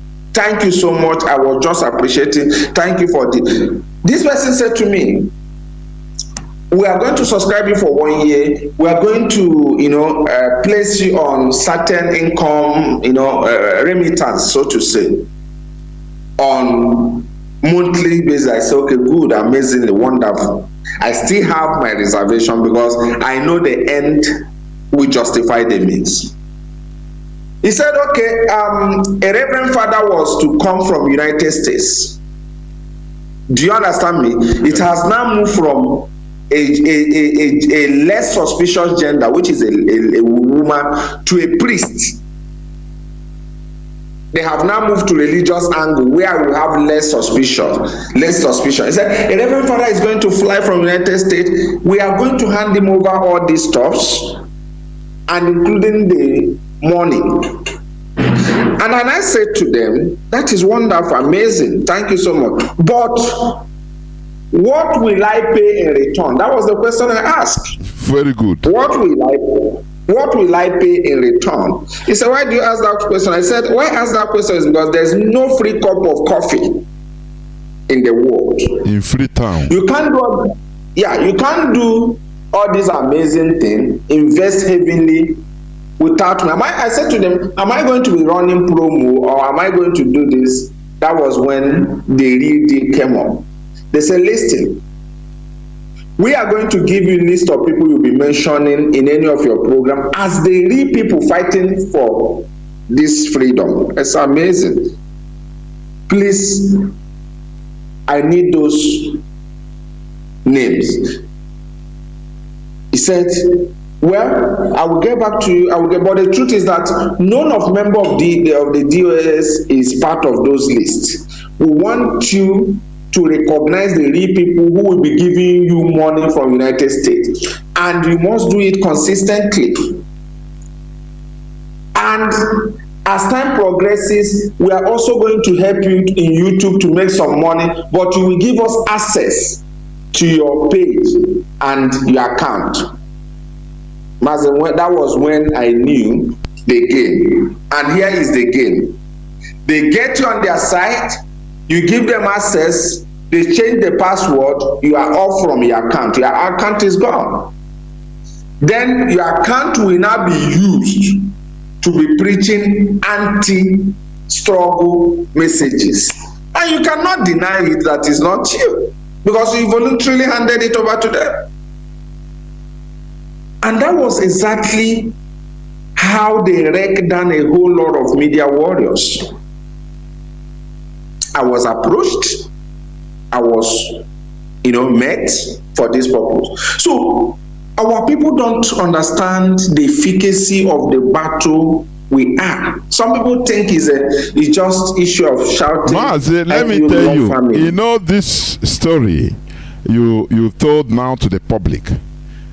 Had it been your intention in this struggle is to make money, wouldn't you say that, oh, now my miracle has come, oh, God don't open way? Of course. Many people, that is how they don't, they don't think, because I cannot say they don't think. They think, but because of their initial intention, why they are doing what they are doing, it is mostly for money, to look for contacts, to get a call like this. They say, Chineke kwena ihe ojo, what am I looking again? A bit, where's your price? Do you see it? If you are not genuine, one thing or the other will come and take you, and you see the person will change, start talking. There is one person I will not mention. There is one person, Mazi. As a matter of fact, a friend of mine, a very close fellow in this struggle, we used to be very close because I always appreciate how he writes. And one day he called me. You know, a lot of things happen. You see, I always tell people, I said, sometimes people discuss what they've had. They don't know what some of these principal officers experience in their private discussions. People don't have real understanding. Do you know this fellow called me one and said, Chika Austin, he said, please, can you make a flight reservation for me? I said, good. He said he wants to fly into Abuja. I said, amazing. He said somebody sent him to cover the court proceeding. I said, good. I used my phone. I made a reservation, flight reservation for him, and he flew. Now, getting to that place, I was expecting this fellow to report on the stream, and I discovered that he went there for something different. When this guy came back, everything about him changed. He began to prospect me. He started telling me that where I am is the wrong place, that I should join him, that something is greatly happening in autopilot and whatever. Ego is talking, money is talking, money is speaking. They believe that money speaks. That I should join bullshit works and see if I will not see change. That in fact there are a lot of fast they have. I said, good. I'm not interested on the money, but if you furnish me with the fast you guys have against the DOS, I will definitely join you. Mazi is over 7 to 8 months now. The fat is not fast coming. But do you know one shocking thing about this? Even till last week, this fellow keeps chatting me privately, asking me, have I seen what is happening in autopilot? And I said to him, what is happening? He now began to, you know, very, very inconsistent fellows. The same person who was prospecting me for autopilot is now trying to tell me that he did not join autopilot because he wants to make money. He joined for something else. And he's trying to sound a kind of regretting tune, trying to retrace back his foot. So this is the kind of battle we are in. I told him, I said, they told you they were going to furnish you with evidence. Why is it that today you don't have that evidence? He said he doesn't understand. He doesn't understand. The issue of are we exposed, are we show, became an aberration.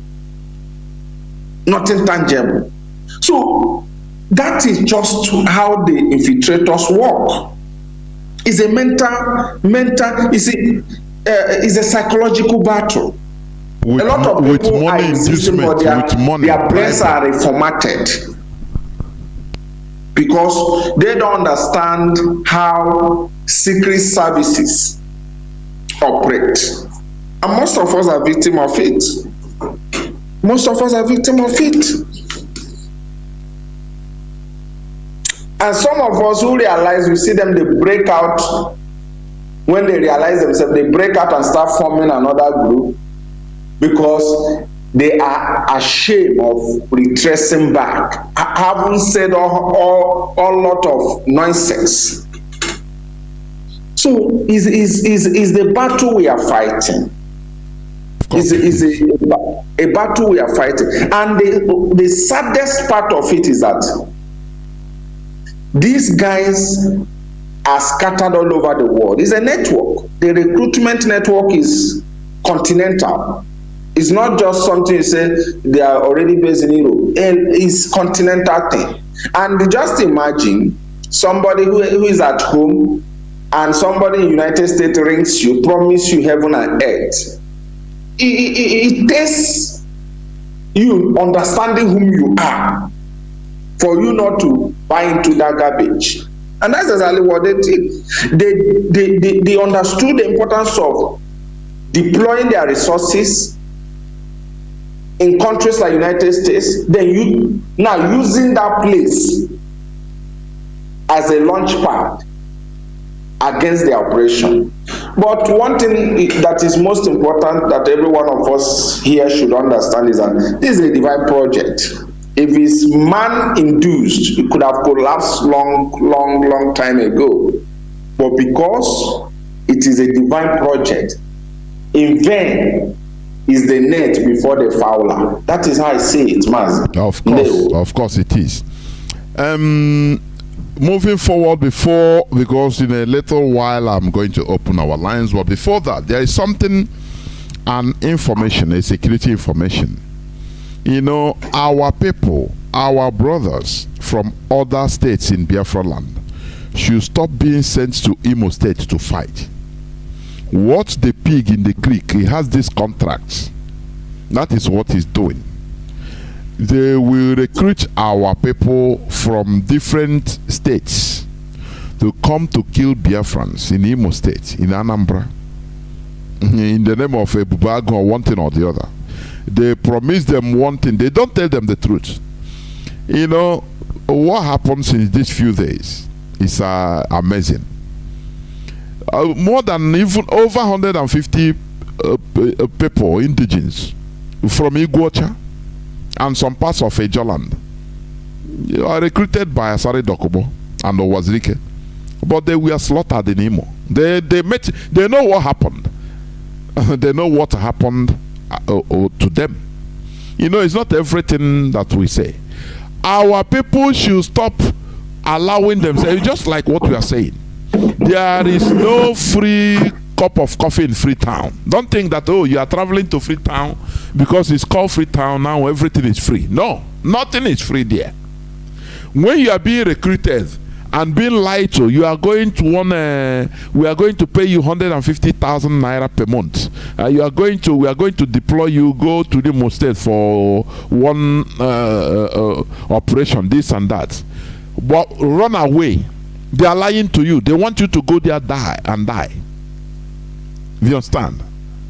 What they do, they bring people from all these places. Asari Dokubo is their contractor. That man, he is using the youths, Ejo youths, Igbo youths in our riverine area, IPOB.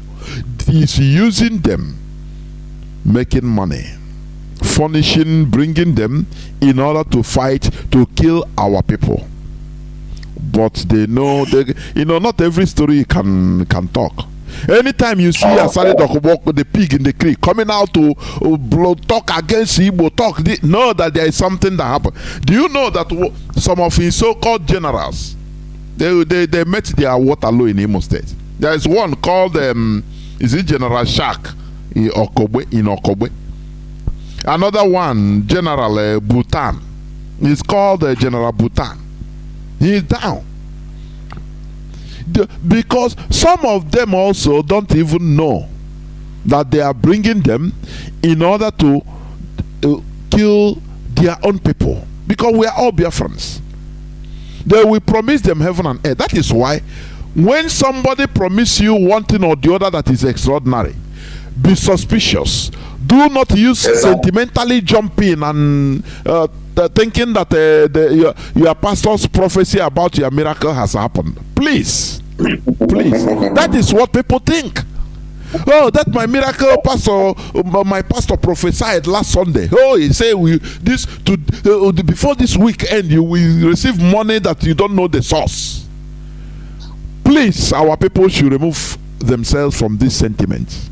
They are contracting, bringing people from the coastal part of Biafra in order to kill their own people in the hinterland.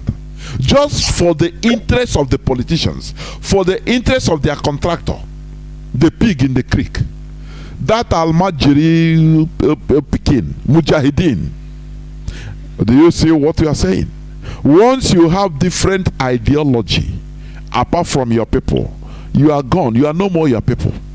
That is why Asari Dokubo, he is ready to kill. He hates Biafrans with all his heart, his energy.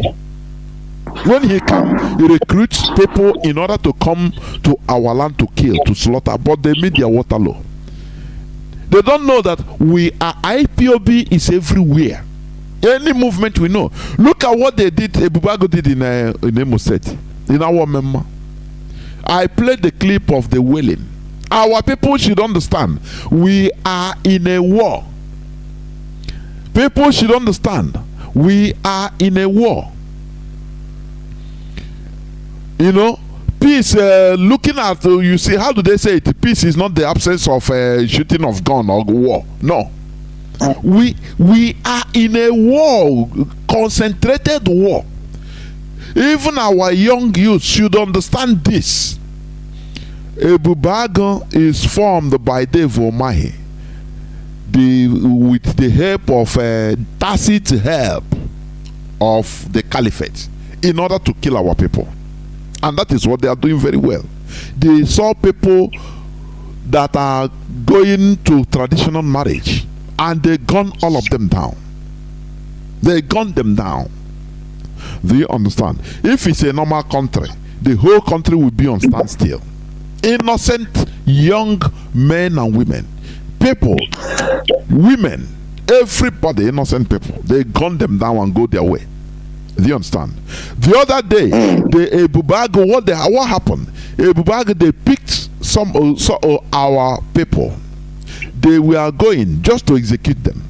Now, on reaching one military roadblock, the military asked them, these people now, he said, no, these are suspects.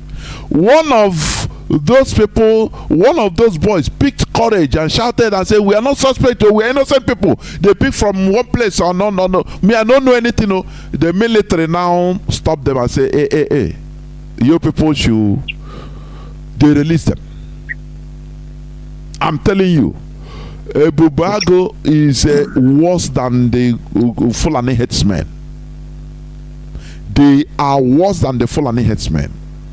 They are is a clandestine, or can I say open and clandestine opportunity of slaughtering, massacring our people, instituted by our own politicians. For goodness sake, what is happening to this tribe we call Igbo? What? Sometimes I start wondering what is happening. In Zamfara, they crowned the chief terrorist to be the Sarki Fulani of that area. One of the most wanted terrorists, even by the Nigerian government, is crowned openly to be the chief emir of that place. Our own people are slaughtering our own. Just because of political power. Hope Uzodinma said sometime, he said, this thing that God just brought to him, that any person that somebody will come and stand on the way against it, that he will never, instead, do you see how our people are foolish? Where they have power is to kill their own people. It's highly absurd. Sometimes, Mazi, if I think this, I start having headache. Why is our people behaving like this? Because of political power. The backbone you have, the people you have that you should be protecting you, should be backing you, these are the people you are killing. Then all the few other ones, you just buy them. You buy loyalty with money. How? Why? How? That is why even I'm afraid. Do you see this Peter Obi rubbish? If Peter Obi enter there, he will slaughter and massacre our people. I'm saying it with alacrity. I don't mince words with it. Because he have to prove to the caliphate that look, he have to prove to the British that put him, because they want him. Are you Biafra? Are you IPOB? He said one time, he said verify. When they asked him that question of IPOB, he said action speaks louder than voice. Verified what I did to them when I was the governor. He said Peter Obi said it.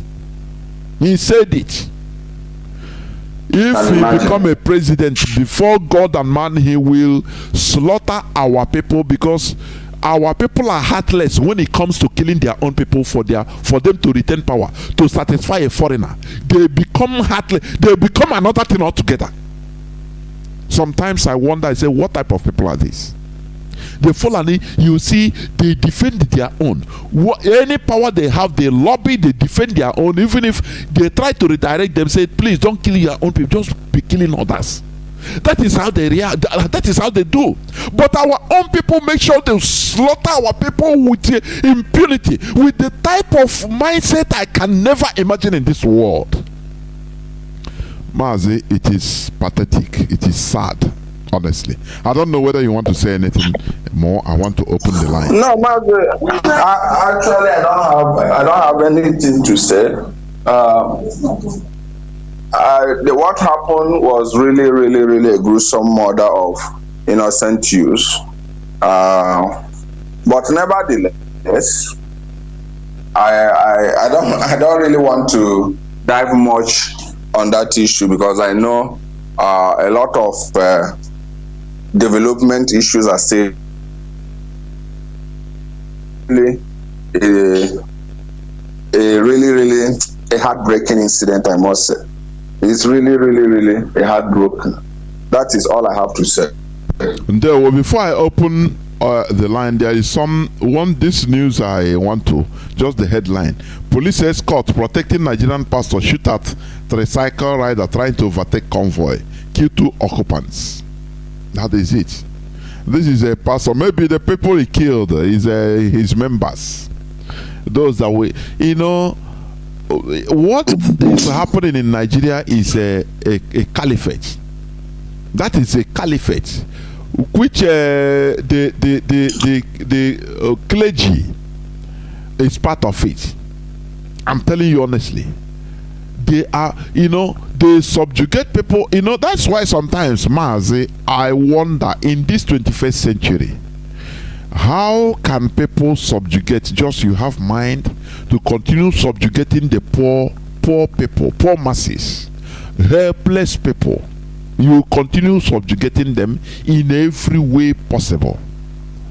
Through the preaching in the church, they turn Nigeria into a complete caliphate, where the politicians and the clergy, they are at the hierarchy, they are at the higher space, dealing with the poor masses. Sometimes I'm short of words. Pastor. The pastor, a so-called pastor, the called man of God. That's why, Mazi, if I'm talking sometimes on this religion, I'm saying it with alacrity. I don't care who it pains. This is abomination. Somebody that should be a man of peace, that should be nearer to the poor, nearer to those hustling to make a living. Now they are imitating, following the Nigerian politicians because they are on top, doing what they are doing. The same way the imams in the north, the same way they are. They share food to the almajiris, to people, and every Friday they preach to them how they should be subjugates, how they should remain, thank God, why that they should remain subjugated and be thanking God that they are giving, alhajis are giving them breakfast and lunch and coins. So they should thank God and continue praying. This is very pathetic, honestly. Very sad indeed. Mazi, I will go into few minutes break. But when I come back, okay, I will open the lines so that people will call in, and air their views before we close. Mazi, I don't know whether you have any other thing, please, before I let me ask you have any other thing to add on generally, please? You do. Well, we earlier said, the truth is this: we must remain resolute. Very, very important. We must remain focused, unwavering. Consistency is the key, and no oppressor lasts forever. In fact, the longevity of the oppressor is being endorsed by the weakness of the oppressed. It's as simple as that, Mazi. It's true. You're right.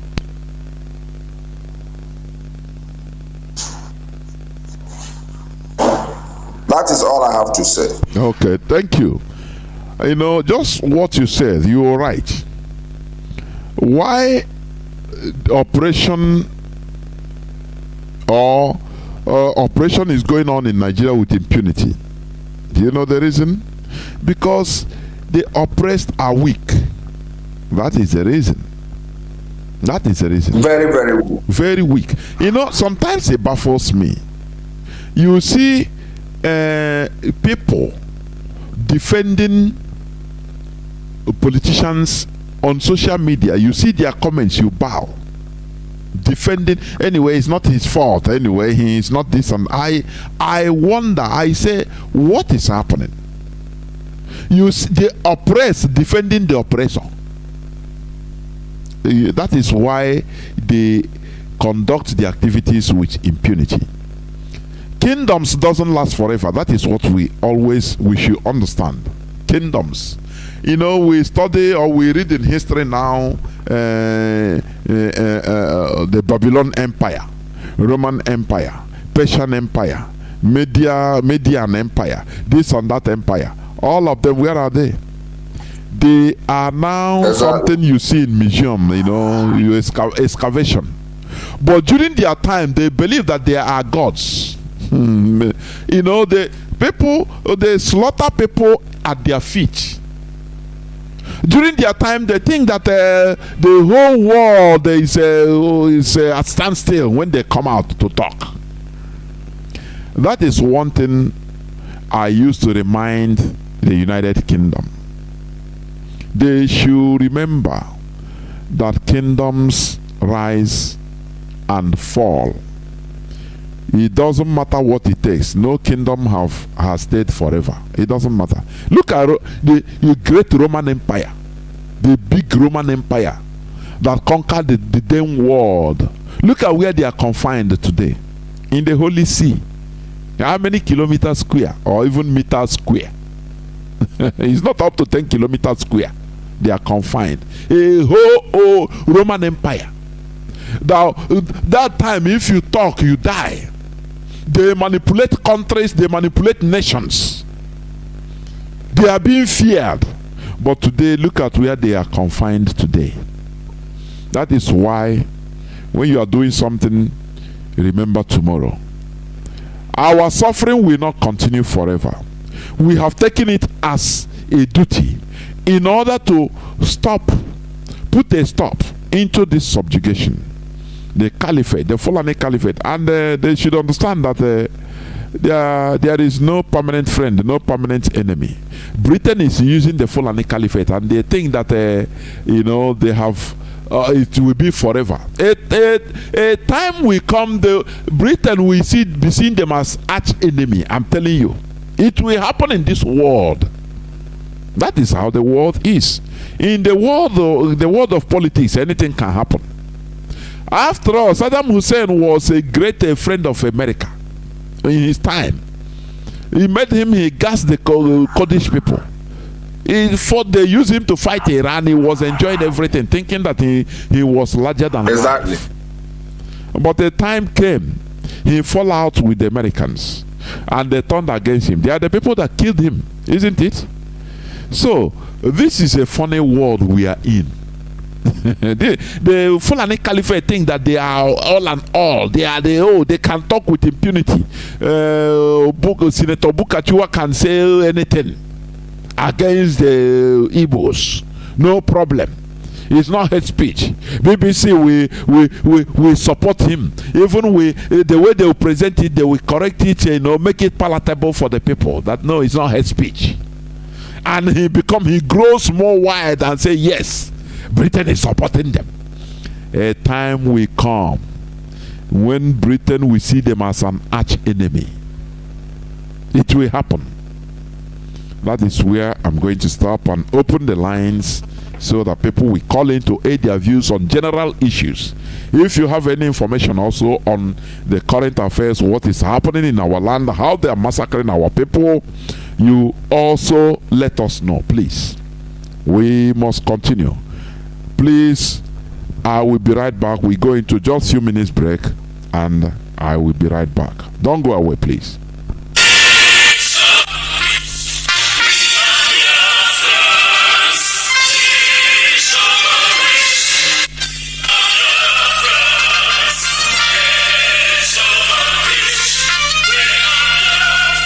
Biafra worldwide phone call campaign alert continues. BBC, a propaganda machine and racist media set up by the Great Britain to oppress the oppressed people of Biafra. BBC, your media war propaganda of 1967 that led to the genocide of over 3.5 million Biafrans, men, women, and children. Did did not stop us. Do you know why? Because we are the sons and daughters of the great lion from the tribe of Biafra. Our minds are made up.